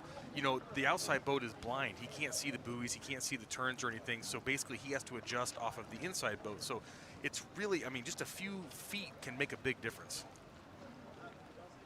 Well, it was more good racing, and I know the air show is coming up next. That's going to be in about 14 minutes from right now, and I think I can comfortably say 14 minutes because that is the air show, and that is usually a hard stop and a hard start.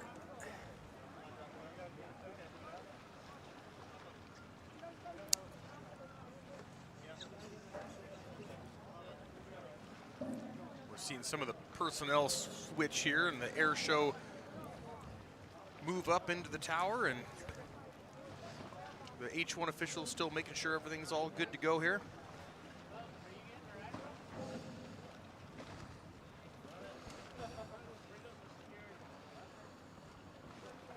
So honestly, what is going on here right now as we await the arrival of the air show and we await the arrival of official information on the race course? What's really going on here is Dustin and I are catching our breath. Somebody was kind enough to bring us up some pretty good sized jugs of lemonade, and it's pretty good stuff. It's fantastic. Yeah, you know, we were still, like you say, catching our breath, and I was thinking, where's my water? Where's my water? And you brought us up some bro and sister lemonade, and it's absolutely delicious. We appreciate it. Out of this world, yes. Thank you very, very much for the bro and sister lemonade. Good stuff. We're enjoying it. We're also enjoying the 2026 Apollo Columbia Cup here on the Columbia River. We know our Danny Rogers is galloping around the pit area, probably trying now at this point to grab some drivers out of the truck or out of the bus or wherever they might be squirreled away. So we will come in with those interviews whenever Danny gets one. She's a busy person down there on the dock. But we're also watching a changing of the guard, as Dustin was alluding to, as air show people go from point A to point B and boat race people get out of the way type thing.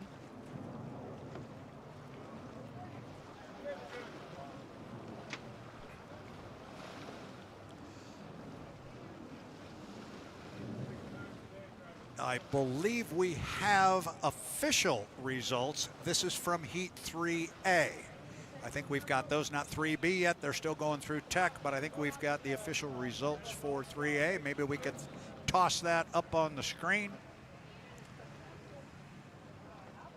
And the finish order there was as we thought it was, with the U1 BWR Racing and Andrew Tate, number 1. Number 2 went to the U3. That would be the Tahoe Miss with Corey Peabody. Now we've got him up on the screen right there. 3rd place to the Royer Miss Madison. And as Dustin and I kept saying, they're just quietly going around and putting a whole bunch of points in top desk drawer. They're going to need them later on this afternoon. But Brandon Kennedy came home in 3rd. Dylan Runne in 4th, picks up 169 points. And Gunnar O'Farrell, 127. Those are now official results. And we are still awaiting results. We're hoping we can get the official results from Heat 3B prior to turning it over to the air show, but that will happen shortly. And the air show personnel are headed upstairs.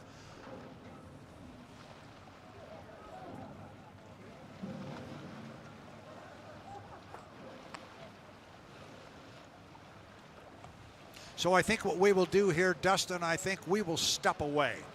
Let's step away, and if we get the official results before turning it over to the airshow personnel, we will come on with those. But if not, we're going to step away, and the airshow will be coming up in exactly 10 minutes. That is a hard stop and a hard start for the airshow, folks. Slated to come at 11 o'clock. It's 10:50. For Danny Rogers, Dustin Eccles, this is Brad Lou saying so long from the Columbia River. Airshow's going to go for a 2-hour window, and we'll be back racing right after that. So don't go far. We'll be back.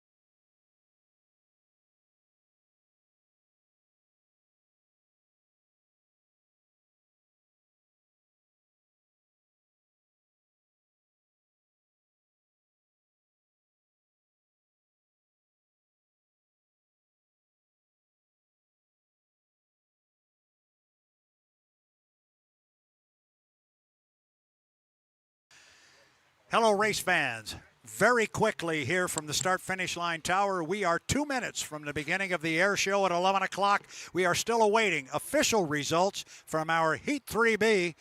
So we are going to step away officially for the air show. We will be back on the H1 side, and on the live stream side, we will be back at 1 o'clock after the air show, at which time we will have our official results for Heat 3B. But until then, those of you along the shoreline, enjoy the air show, and we'll be back racing with hydroplanes at 1 o'clock. Don't go away. Brad Luce for Danny Rogers and Dustin Eccles. We'll be back. Hi, I'm J. Michael Kelly. You're watching H1 Unlimited on YouTube.